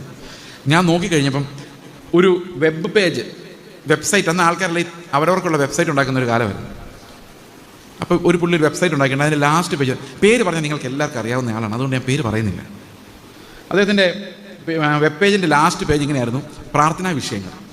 1, എനിക്ക് 3 കോടി രൂപ വിലയുള്ളൊരു വീട് വേണം, 3 നിലയുള്ള. 1 കോടി പരം വിലയുള്ള ടൊയോട്ടയുടെ ഒരു കാറ് വേണം, ഒരു മ്യൂസിക് സിസ്റ്റം, ഇതെല്ലാം വേണം. കുറേ കാര്യങ്ങളുണ്ട്, 5-8 കാര്യങ്ങളുണ്ട്. അതിൻ്റെ താഴെ നിങ്ങൾ എനിക്ക് വേണ്ടി പ്രാർത്ഥിക്കുമല്ലോ, എൻ്റെ അക്കൗണ്ട് നമ്പർ അതുകൊണ്ട്. അപ്പം ഞാനിത് വായിച്ചിട്ട് ഈ മിഷണറിയോട് പറഞ്ഞു, എൻ്റെ ബ്രദറെ, ഈ മനുഷ്യൻ ഇങ്ങനത്തെ പണി ഒപ്പിക്കുമെന്ന് നമുക്കറിയാവുന്ന ആളാണ്. ഇയാൾ എന്ത് മണ്ടത്തരം, നാട്ടുകാർ മുഴുവൻ കാണുകയില്ല, ഇത് എന്താ പുള്ളി ഇങ്ങനെ കാണിച്ചു വെച്ചിരിക്കുന്നത് ചോദിച്ചപ്പം എൻ്റെ അനിയൻ കത്തോലിക്കൻ എൻ്റെ ഷോൾഡറിന് മുകളിലൂടെ ഇത് മുഴുവൻ വായിച്ചിട്ട് എന്നോട് ചോദിക്കുക, നിങ്ങൾക്ക് ഭ്രാന്ത് വല്ലതും? ഞാൻ പറഞ്ഞു, ഇതുവരെ ഇല്ല. പുള്ളി പറഞ്ഞു, നിങ്ങൾ എന്താ വിചാരിച്ചിരിക്കുന്നത്? ഇത് ആ മനുഷ്യനല്ല, ലോകത്താരും ഇങ്ങനൊരു പേപ്പർ എഴുതൂല, നിങ്ങൾക്ക് ബോധമില്ലേ? പിന്നെ ഇത് അയാൾക്ക് ആരോ പണി കൊടുത്തതാണ്. പുള്ളി വിശ്വസിക്കുന്നില്ല ഇതൊരു മനുഷ്യൻ എഴുതി വെച്ചതാണ്. അത്രയും നാണമില്ലെന്ന് ചോദിക്കുന്നത്. പക്ഷെ നമുക്കല്ലേ അറിയാവുള്ളൂ, ഇതല്ല, ഇതിലപ്പുറവും ചെയ്യാൻ മാത്രം വിശ്വാസമുള്ള അത്യാഗ്രഹികളാണ് നമ്മളെന്ന് ആ പാവങ്ങൾക്ക് അറിയാൻ മേല.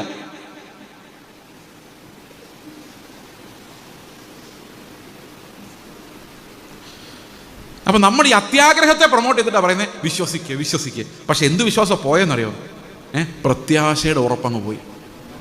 കർത്താവ് വന്നാൽ പോകും എന്ന് നമ്മുടെ തലയ്ക്കകത്തോട്ട് വരാതെ നമുക്ക് വിശ്വസിക്കാൻ പറ്റില്ല, ഒന്നും ചെയ്യാൻ പറ്റില്ല. ഞാൻ 19-ാം വയസ്സിൽ വിശ്വാസം സ്വീകരിക്കുമ്പോൾ എൻ്റെ ഉള്ളിലേക്ക് ആദ്യം വന്നത്, ഞാൻ നശിച്ചു പോവുകയില്ല, കർത്താവ് എനിക്ക് വേണ്ടി മരിച്ചതുകൊണ്ട് അവൻ എന്നെ സ്വർഗത്തിൽ കൊണ്ടുപോകും, എനിക്ക് നിത്യമായ ഒരു രാജ്യമുണ്ടെന്ന് 1994 എൻ്റെ ഹൃദയത്തിൽ എഴുതപ്പെട്ടതാണ്. അതിന്നും അതുപോലെ കിടപ്പുണ്ട്. കാരണം അവൻ്റെ വാഗ്ദത്തങ്ങൾ എത്രയും നിശ്ചയമുള്ളവ.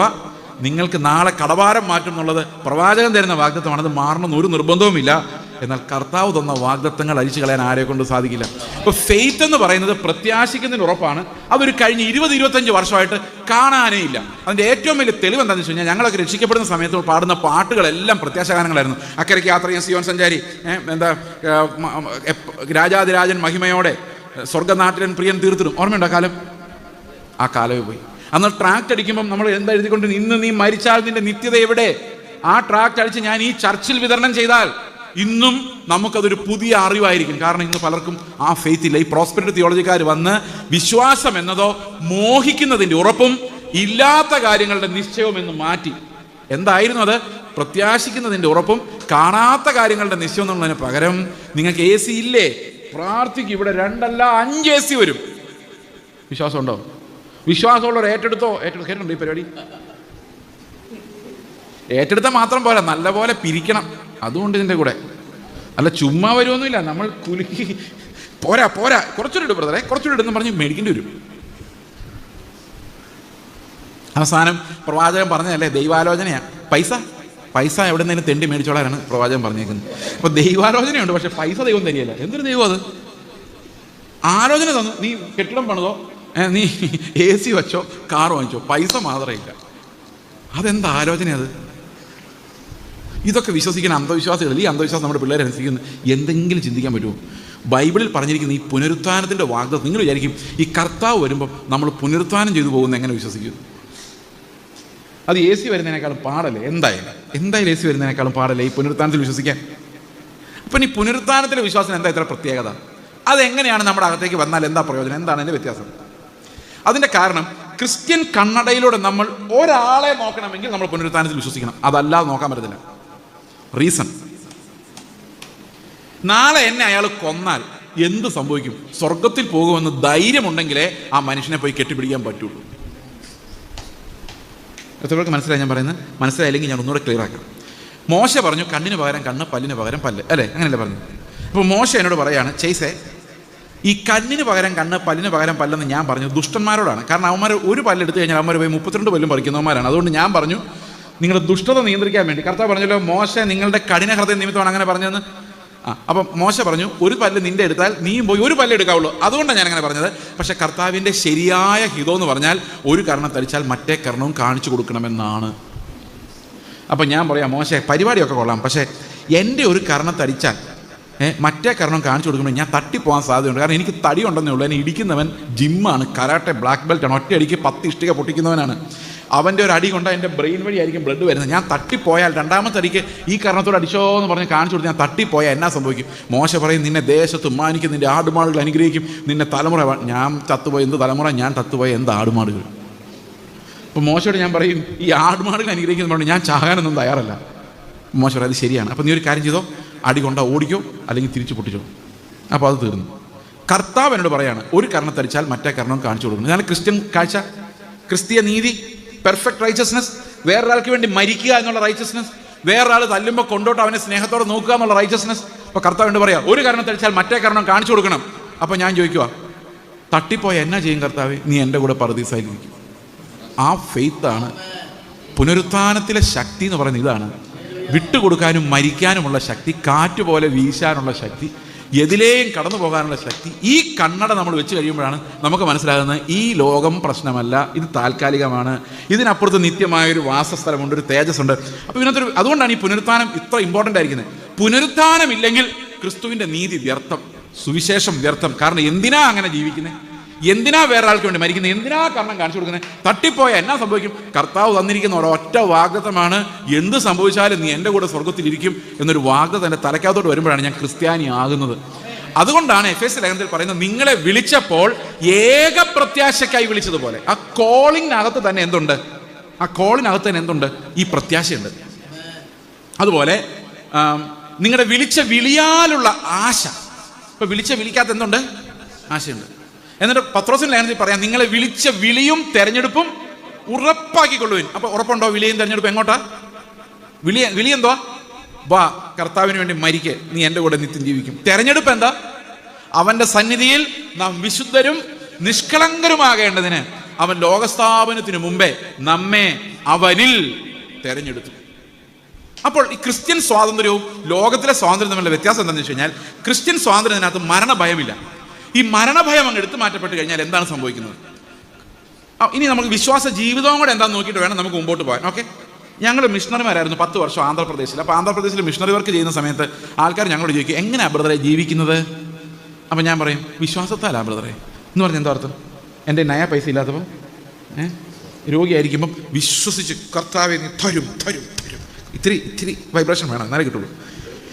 ഇങ്ങനെ നമ്മൾ പ്രാർത്ഥിച്ച് വിശ്വസിക്കുന്നതിനെയാണ് നമ്മൾ വിശ്വാസ ജീവിതം എന്ന് പറയുന്നത്. ഞാൻ ഞങ്ങളുടെ ആവശ്യങ്ങൾ ആരോടും പറയാറില്ല, എന്താ പറയുന്നത്, പ്രാർത്ഥനാ വിഷയങ്ങൾ പോലും പറയാറില്ല ഞങ്ങളുടെ ആവശ്യങ്ങൾ വെച്ച്. അതങ്ങനെയാണ് ഞങ്ങൾ വിശ്വാസ ജീവിതമാണ് നയിക്കുന്നത്. ഓക്കെ, അപ്പോൾ വിശ്വാസം എന്ന ചൂണ്ടയിട്ടപ്പോൾ എനിക്ക് എന്തൊക്കെ കിട്ടിയതെന്ന് പറഞ്ഞു നോക്കി.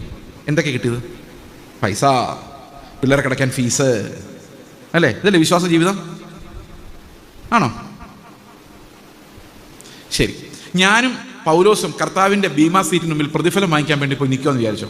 ഓക്കെ, അപ്പോൾ പൗലോസിൻ്റെ കർത്താവ് ചോദിക്കുക, എടാ നീ വിശ്വാസിയാണോ? പൗലോസ് പറയാതെ. എന്താ വിശ്വസിച്ചത്? ഞാൻ നല്ല പോർ വരുത്, ഓട്ടം തികച്ചു, വിശ്വാസം കാത്തു, നീതിയുടെ കിരീടം എനിക്കായി വെച്ചു. അപ്പോൾ കർത്താവ് പറഞ്ഞു, ഓക്കെ, നീതിയുടെ കിരീടം നീ എടുത്തോ, പോയിക്കോ. അടുത്ത ഞാൻ ശേഷം നീ എന്താ വിശ്വസിച്ചത്? കർത്താവ് ഓരോ ദിവസവും നീ എന്നെ നടത്തുമെന്ന് ഞാൻ വിശ്വസിച്ചു. ഞാൻ നിന്നെ നടത്തിയില്ലേ? നടത്തി. വീടില്ലായിരുന്നു, ഞാൻ വീടിന് വേണ്ടി പ്രാർത്ഥിച്ചു. വൈബ്രേഷൻ ശരിയാവുന്നുണ്ടോ? ഏകദേശം അല്ലേ? ശരിയായി വരാം, കുറച്ചുകൂടെ പ്രസംഗിക്കുമ്പോൾ ശരിയായി വരും. ഓക്കെ, അപ്പോൾ കർത്താവ് ചോദിക്കുന്നു, ഞാൻ നിനക്ക് വീട് തന്നല്ലോ. തന്നു. പിള്ളേരെ സെറ്റിൽ ചെയ്യാൻ അമേരിക്കയിലും കാനഡയായിരുന്നു എൻ്റെ മനസ്സിലുണ്ടായിരുന്നത്. കാനഡയിലെങ്കിലും സെറ്റിൽമെൻറ്റ് കിട്ടി. സ്തോത്രം, അത് നീ തന്ന, വിശ്വസിച്ച് ഞാൻ പ്രാർത്ഥിച്ചുകൊണ്ട് കിട്ടിയതാ. ഓക്കെ, വിശ്വസിച്ചാൽ വിടുതല. പ്രവാചകൻ പറഞ്ഞത് അതാ, അതുപോലെ നടന്നു. അപ്പോൾ ഞാൻ നിനക്ക് തന്നല്ലോ. തന്നു. പിന്നെ കർത്താവെ നീ തന്നതാ എനിക്കെല്ലാം, എല്ലാം ഇത്രത്തോളം നടത്തിയ അത് പറയുമ്പോഴേക്കും ആ സന്തോഷം, ഈ ലോകത്ത് നടന്നതിൻ്റെ സന്തോഷം, ഭയങ്കര സന്തോഷം. അപ്പോൾ കർത്താവ് പറയും, ഓക്കെ മോനെ, എന്നാൽ ശരി, ഓക്കെ, എന്നാൽ ബൈ ബൈ, ടാറ്റ. അപ്പോൾ ഞാൻ ചോദിക്കും, അപ്പോൾ നീതിയുടെ കിരീടം? അപ്പോൾ കർത്താവ് പറയും, നീ ചോദിച്ചെല്ലാം ഞാൻ നിനക്ക് തന്നില്ലേ? തന്നു, അത്രയേ ഉള്ളൂ. അപ്പോൾ പൗലോസ് ചോദിച്ചതൊന്നും അല്ലായിരുന്നു. പൗലോസ് ചോദിച്ച നീതിയുടെ കിരീടം, അവൻ അതിനു വേണ്ടി ലോകത്തെ മുഴുവൻ ഉപേക്ഷിച്ച് എനിക്ക് ഇത് മതി, കർത്താവിനെ മതി എന്ന് പറഞ്ഞു നടന്നു. നീ കർത്താവിനെ വെച്ചോണ്ട് ഈ ലോകത്തിലെല്ലാം സമ്പാദിക്കാൻ വിചാരിച്ച് അതുവഴി നടന്നു. ഞാൻ നിനക്ക് നീ ചോദിച്ചെല്ലാം തന്നു, അവൻ കൂടെ ചോദിച്ചെല്ലാം കൊടുത്തു, അത്രയേ ഉള്ളൂ സംഭവം. പിന്നെ നീ ഓർക്കുന്നില്ലേ, ഈ കാറ് ചെറുത്, അതിനകത്ത് ഇരുന്നിട്ട് ശ്വാസം മുട്ടുന്നതിന് വലിയ കാറ് വേണം കർത്താവേ എന്ന് പറഞ്ഞ് പിടിച്ചു വെച്ച് പ്രാർത്ഥിച്ചു. എന്നിട്ട് ഞാൻ നിനക്ക് വലിയ കാറ് തന്ന ഓർമ്മയുണ്ടോ? ഉണ്ട്. അത് ഇടിച്ചാണല്ലോ നീ ഇവിടെ വന്നത്. അതെ, കാർ അവിടെ ഇട്ടിട്ട് നീങ്ങ് പോകുന്നത് എന്താ? അത് സാറേ, അതാ കർത്താവെ കാർ എങ്ങനെ കൊണ്ടുവരും? ഇതാ നീ പ്രാർത്ഥിച്ച് മേടിച്ച എല്ലാ സാധനത്തിൻ്റെയും കഥ. ഒന്നും അങ്ങോട്ട് കൊണ്ടുപോകാനുള്ളതല്ല. ഇവിടുത്തെ എഡ്യൂക്കേഷൻ, ഇവിടുത്തെ സെറ്റിൽമെൻറ്റ്, ഇവിടുത്തെ വീട്, ഇവിടുത്തെ പദവി, ഇവിടുത്തെ പ്രസിഡന്റ് സ്ഥാനം, ഇവിടുത്തെ ആരോഗ്യം. ചത്തുപോയ ലാസർ പിന്നെയും മരിച്ചപ്പോൾ കർത്താവ് ഒന്നും സൗഖ്യമാക്കിയില്ല, അതിവിടെ തീർന്നു. ഈ ലോകത്തുള്ള അനുഗ്രഹങ്ങൾക്ക് വേണ്ടി പ്രാർത്ഥിച്ചു, വിശ്വാസ ജീവിതം തന്നെ നിർവചിച്ചു. അവസാനം എന്ത് സംഭവിച്ചു എന്ന് ചോദിച്ചു കഴിഞ്ഞാൽ, സ്വർഗത്തിൽ പോയപ്പോഴാണ് മനസ്സിലായത്, കർത്താവ് എന്നെ അവൻ്റെ സന്നിധിയിൽ വിശുദ്ധനും നിഷ്കളങ്കനുമാക്കി പുത്രൻ്റെ മുമ്പിൽ നിർത്താൻ വേണ്ടി തന്ന അതിവിശുദ്ധ വിശ്വാസം ഞാൻ ഇവിടെ പൊട്ടിടിച്ച് തീർത്തൊന്നും എനിക്കതിനകത്തൊന്നും ബാക്കിയില്ലെന്നും അങ്ങോട്ട് കൊണ്ടുപോകാനൊന്നുമില്ല എന്നുള്ള ആ ദയനീയമായ കാര്യം. നമ്മൾ പ്രസംഗമായ പ്രസംഗങ്ങൾ, നമ്മൾ കൺവെൻഷനുകൾ, ഉപവാസ പ്രാർത്ഥന മുഴുവൻ പഠിപ്പിച്ചെന്തെന്നറിയോ? പിടിച്ചു വെച്ച് പ്രാർത്ഥിക്കും, പിടിച്ചെടുത്ത് പ്രാർത്ഥിക്കും, കിട്ടും. നിങ്ങൾക്ക് ഇതാ ഇപ്പം കിട്ടില്ലെങ്കിൽ നാളെ കിട്ടും. നിന്റെ കണ്ണുനീർ തുടയ്ക്കുന്നു. കണ്ണുനീരൊക്കെ കർത്താവ് ക്രൂശിൽ മരിച്ചപ്പോഴേ തുടച്ചതാണ്, ഇനി തുടയ്ക്കാൻ ഇവിടെ കണ്ണുനീര്. നിങ്ങൾക്കത് പോരെ? ഈ കർത്താവ് ക്രൂശിൽ മരിച്ചപ്പോൾ കിട്ടിയ അത്രയും അനുഗ്രഹങ്ങളും വാഗ്ദത്തങ്ങളൊന്നും പോരെ നമ്മുടെ കണ്ണുനീര് മാറാൻ? പിന്നെ അതിനിടയ്ക്ക് ഒരു കാറും കൂടെ കിട്ടണം. നിങ്ങൾ ആലോചിച്ച് നോക്കി, ഇത്രയും വലിയ യുദ്ധം, ഈ അന്ത്യകാലം നമ്മുടെ മുമ്പിലേക്ക് വന്ന് ഈ പിള്ളേരെല്ലാം നഷ്ടപ്പെട്ടു പോയിക്കൊണ്ടിരിക്കുമ്പം നമ്മുടെ വിശ്വാസം എന്ന് പറഞ്ഞാൽ വെറും ഒരു സോപ്പ് കുമിള പോലെ. നിങ്ങൾക്കറിയാം, ഈ കോമൺ അനുഗ്രഹങ്ങൾ, കാറ്, ബിസിനസ്, വിദ്യാഭ്യാസം, ആരോഗ്യം, കർത്താവ് കൊടുക്കാൻ നേരത്ത് അവൻ വിശ്വാസിയാണോ അവിശ്വാസിയാണോ എന്നൊന്നും നോക്കുന്നില്ല. കഴിഞ്ഞ ഒരാഴ്ച വട്ടക്കാലം എന്ന് പറയുമ്പം അംബാനി അവിടെ നിന്ന് പറയുന്നുണ്ട്, കഴിഞ്ഞ ഒരാഴ്ച വട്ടക്കാലം ബാക്കി എല്ലാ മൊബൈൽ ഫോൺ ഓപ്പറേറ്റേഴ്സിനെ തകർത്ത് ജിയോ ഒന്നാമതാക്കിയ നിനക്ക് അതാരാന്ന് നമുക്കറിയാൻ മേല. അപ്പോൾ ശരിക്കും പറഞ്ഞാൽ അവരുടെ ദൈവങ്ങൾ അവരെ നടത്തി അത്രയും സുന്ദരമായിട്ട് നമ്മുടെ ദൈവം നമ്മളെ നടത്തിയിട്ടുണ്ടെന്നുള്ള കാര്യം സംശയിക്കേണ്ടി വരും. കാരണം ഈ അനുഗ്രഹങ്ങളാണ് നോക്കുന്നതെങ്കിൽ. പണ്ടൊരാൾ സാക്ഷ്യം പറഞ്ഞാണ് ഗൾഫിലൊക്കെയൊക്കെ നിങ്ങൾ ചെല്ലണം, അവിടെ അറബിമാർ റോഡിന് നടുവിൽ വിരിച്ചിട്ട് അവിടെ നിസ്കരിക്കും, അതുകൊണ്ട് ദൈവം അങ്ങനെ അങ്ങ് അനുഗ്രഹിച്ചേക്കും അവരെ. നമ്മൾ ഈ കർത്താവിൻ്റെ പുറകെ നടന്നിട്ട് നമുക്ക് എന്നാ കിട്ടി ചോദിക്കുക ഒരാൾ. സാക്ഷ്യം പറഞ്ഞ ഒരു ഏജ് ചർച്ചിൽ നമ്മൾ ക്രിസ്തുവിനെ ടോട്ടലി മിസ്അണ്ടർസ്റ്റാൻഡ് ചെയ്തിരിക്കുന്നു. കർത്താവ് പറഞ്ഞു, എനിക്കിവിടെ ഐഹികമായ ഒരു രാജ്യം ഇല്ല, നിങ്ങൾ ഒരു വാഗ്ദത്വം കിട്ടുമെന്ന് പ്രതീക്ഷിക്കേണ്ട. കർത്താവിനെ. അപ്പോൾ വിശ്വാസ ജീവിതം എന്ന് പറഞ്ഞാൽ പൈസ കിട്ടാനുള്ളതല്ല, വിശ്വാസ ജീവിതം എന്ന് പറയുന്നത് ക്രിസ്തുവിനെ നേടാനുള്ളതാണ്. അതുകൊണ്ടാണ് പൗലോസ് പറയുന്നത്, ഞാൻ ക്രിസ്തുവിനെ നേടേണ്ടതിനും. അപ്പോൾ ഓരോ ദിവസവും ഞാൻ പറയാണ്, ഞാനല്ല, കാഴ്ചയിൽ നോക്കിയാൽ ഞാനാണ്, കാഴ്ചയിൽ നോക്കിയാൽ എനിക്ക് നിത്യജീവനില്ല, ഞാൻ നശിച്ചു പോകേണ്ടവനാണ്. എന്നാൽ വിശ്വാസത്തിൽ നോക്കുമ്പോൾ ഞാനല്ല, ക്രിസ്തുവാണ് എന്നിൽ വസിക്കുന്നത്. അതാണ് ഫെയ്ത്ത് എന്ന് പറയുന്നത്. ഞാൻ പ്രസംഗിച്ചുകൊണ്ടിരിക്കുമ്പോൾ ഞാനല്ല, ക്രിസ്തു അത്രേ. ഞാൻ എൻ്റെ വീട്ടിൽ ചെല്ലുമ്പോൾ ഞാനല്ല, ക്രിസ്തു അത്രേ. അപ്പോൾ വിശ്വാസത്താൽ ഞാൻ പിടിച്ചെടുക്കുന്നത് പണമല്ല, വിശ്വാസത്താൽ ഞാൻ പിടിച്ചെടുക്കുന്നത് തൽക്കാലം നിലനിൽക്കുന്ന ആരോഗ്യമല്ല, ക്രിസ്തുവിനെ തന്നെയാണ്. ആ ക്യാരക്ടറാണ് നമുക്ക് ലഭിക്കുന്ന ഗ്ലാസ്. ഈ ഗ്ലാസ്സിലൂടെ നമ്മൾ നോക്കുമ്പോൾ ക്രിസ്തു നോക്കിയതുപോലെയാണ് നമ്മൾ കാഴ്ചകളെ കാണുന്നത്. ഈ ഒരൊറ്റ കാര്യമാണ് ക്രിസ്ത്യാനിറ്റി എന്ന് പറയുന്നത്. ഇതാണ് കാറ്റുപോലെ പോകുന്ന ക്രിസ്ത്യാനിയുടെ യഥാർത്ഥ കാഴ്ച. ഈ കാഴ്ചയിലേക്ക് സഭ വന്നാൽ പിള്ളേരും വരും, മാതാപിതാക്കൾ വന്നാൽ പിള്ളേരും വരും. ഓക്കെ. അപ്പോൾ ഞാൻ എൻ്റെ മകനോട് പറഞ്ഞൊരു കാര്യം ഇതാണ്, നീ സുവിശേഷ വേലയ്ക്ക് ഇറങ്ങാൻ തീരുമാനിക്കുകയാണെങ്കിൽ ഇപ്പോൾ എനിക്ക് കർത്താവിൻ്റെ അടുത്ത് പോകാനും ഒരു വിഷമമില്ല. കാരണം എന്താണെന്ന് വെച്ച് കഴിഞ്ഞാൽ നിൻ്റെ കാര്യം ഓക്കെയാണ്. കാരണം കർത്താവ് നടത്തിക്കോളും. വേറൊന്നും ആരും അന്വേഷിക്കേണ്ട കാര്യമില്ല. അതാണ് കാറ്റെന്ന് പറയുന്നത്. എന്താ ഞാൻ അറിയേണ്ട പോലും കാര്യമില്ല. കാരണം he becomes A servant of the Lord. പിന്നെ ഞാൻ ആരാധന അവിടെ. So that's the most secure life. അത് എല്ലാവരും പൈസ തരുന്നുണ്ടല്ലോ കേട്ടോ, കർത്താവ് കൂടെ ഉള്ളതുകൊണ്ടാണ്. ചിലപ്പോൾ ഒന്നും കിട്ടില്ലെന്ന് വരും. ചിലപ്പം ഈ സിറിയയിലോട്ടും ഇറാഖിലോട്ടൊക്കെ പോകുന്ന മിഷണന്മാരോട് പറയുന്നതെന്നറിയാം, അവർ തിരിച്ചു വരുമെന്ന് ഉറപ്പൊന്നുമില്ല. ഇപ്പോൾ ആ പിള്ളേർ രണ്ടാമത് പോയിരിക്കുക, വൈഫിന് 5 മാസം കുഞ്ഞ് വയറ്റിലുണ്ട്, അതുമായിട്ടാണ് പോയേക്കുന്നത്. ഞാൻ നിങ്ങൾക്ക് ആരെങ്കിലും പരിചയമുണ്ടോ? ഇല്ല, ആരെയും പരിചയമില്ല. ഞാൻ ചെന്നാൽ കുഞ്ഞുണ്ടായിട്ട് പോയാൽ പോരെ, ഈ കഷ്ടതയിലൂടെ പോയില്ലെങ്കിൽ എങ്ങനെ അങ്കിളെ വിശ്വാസം വരുന്നത്? അപ്പോൾ ചോദിക്കുക. ഞാൻ പറഞ്ഞു ഒരു 5 മാസം വെയിറ്റ് ചെയ്ത് കുഞ്ഞിനെ കണ്ടു കഴിഞ്ഞാൽ പിന്നെ ആരും വിടുകയില്ല. ഇപ്പം തന്നെ പോയാലേ പോകാൻ പറ്റുള്ളൂ. അവർ പോയേ പറ്റൂ. ആ നിർബന്ധം, കാറ്റിൻ്റെ ആ മർദ്ദം അവരുടെ മേൽ വരുവാണ് എനിക്ക് കർത്താവിന് വേണ്ടി. അപ്പോൾ ഇങ്ങനൊരു കാഴ്ച അവർക്ക്, മരണത്തെ പേടിയില്ലാത്തൊരു ജനറേഷൻ ഉണ്ടായില്ലെങ്കിൽ നമുക്ക് അടുത്ത തലമുറയിൽ വിശ്വാസം ഉണ്ടാവില്ല. ഇപ്പം തന്നെ നമ്മൾ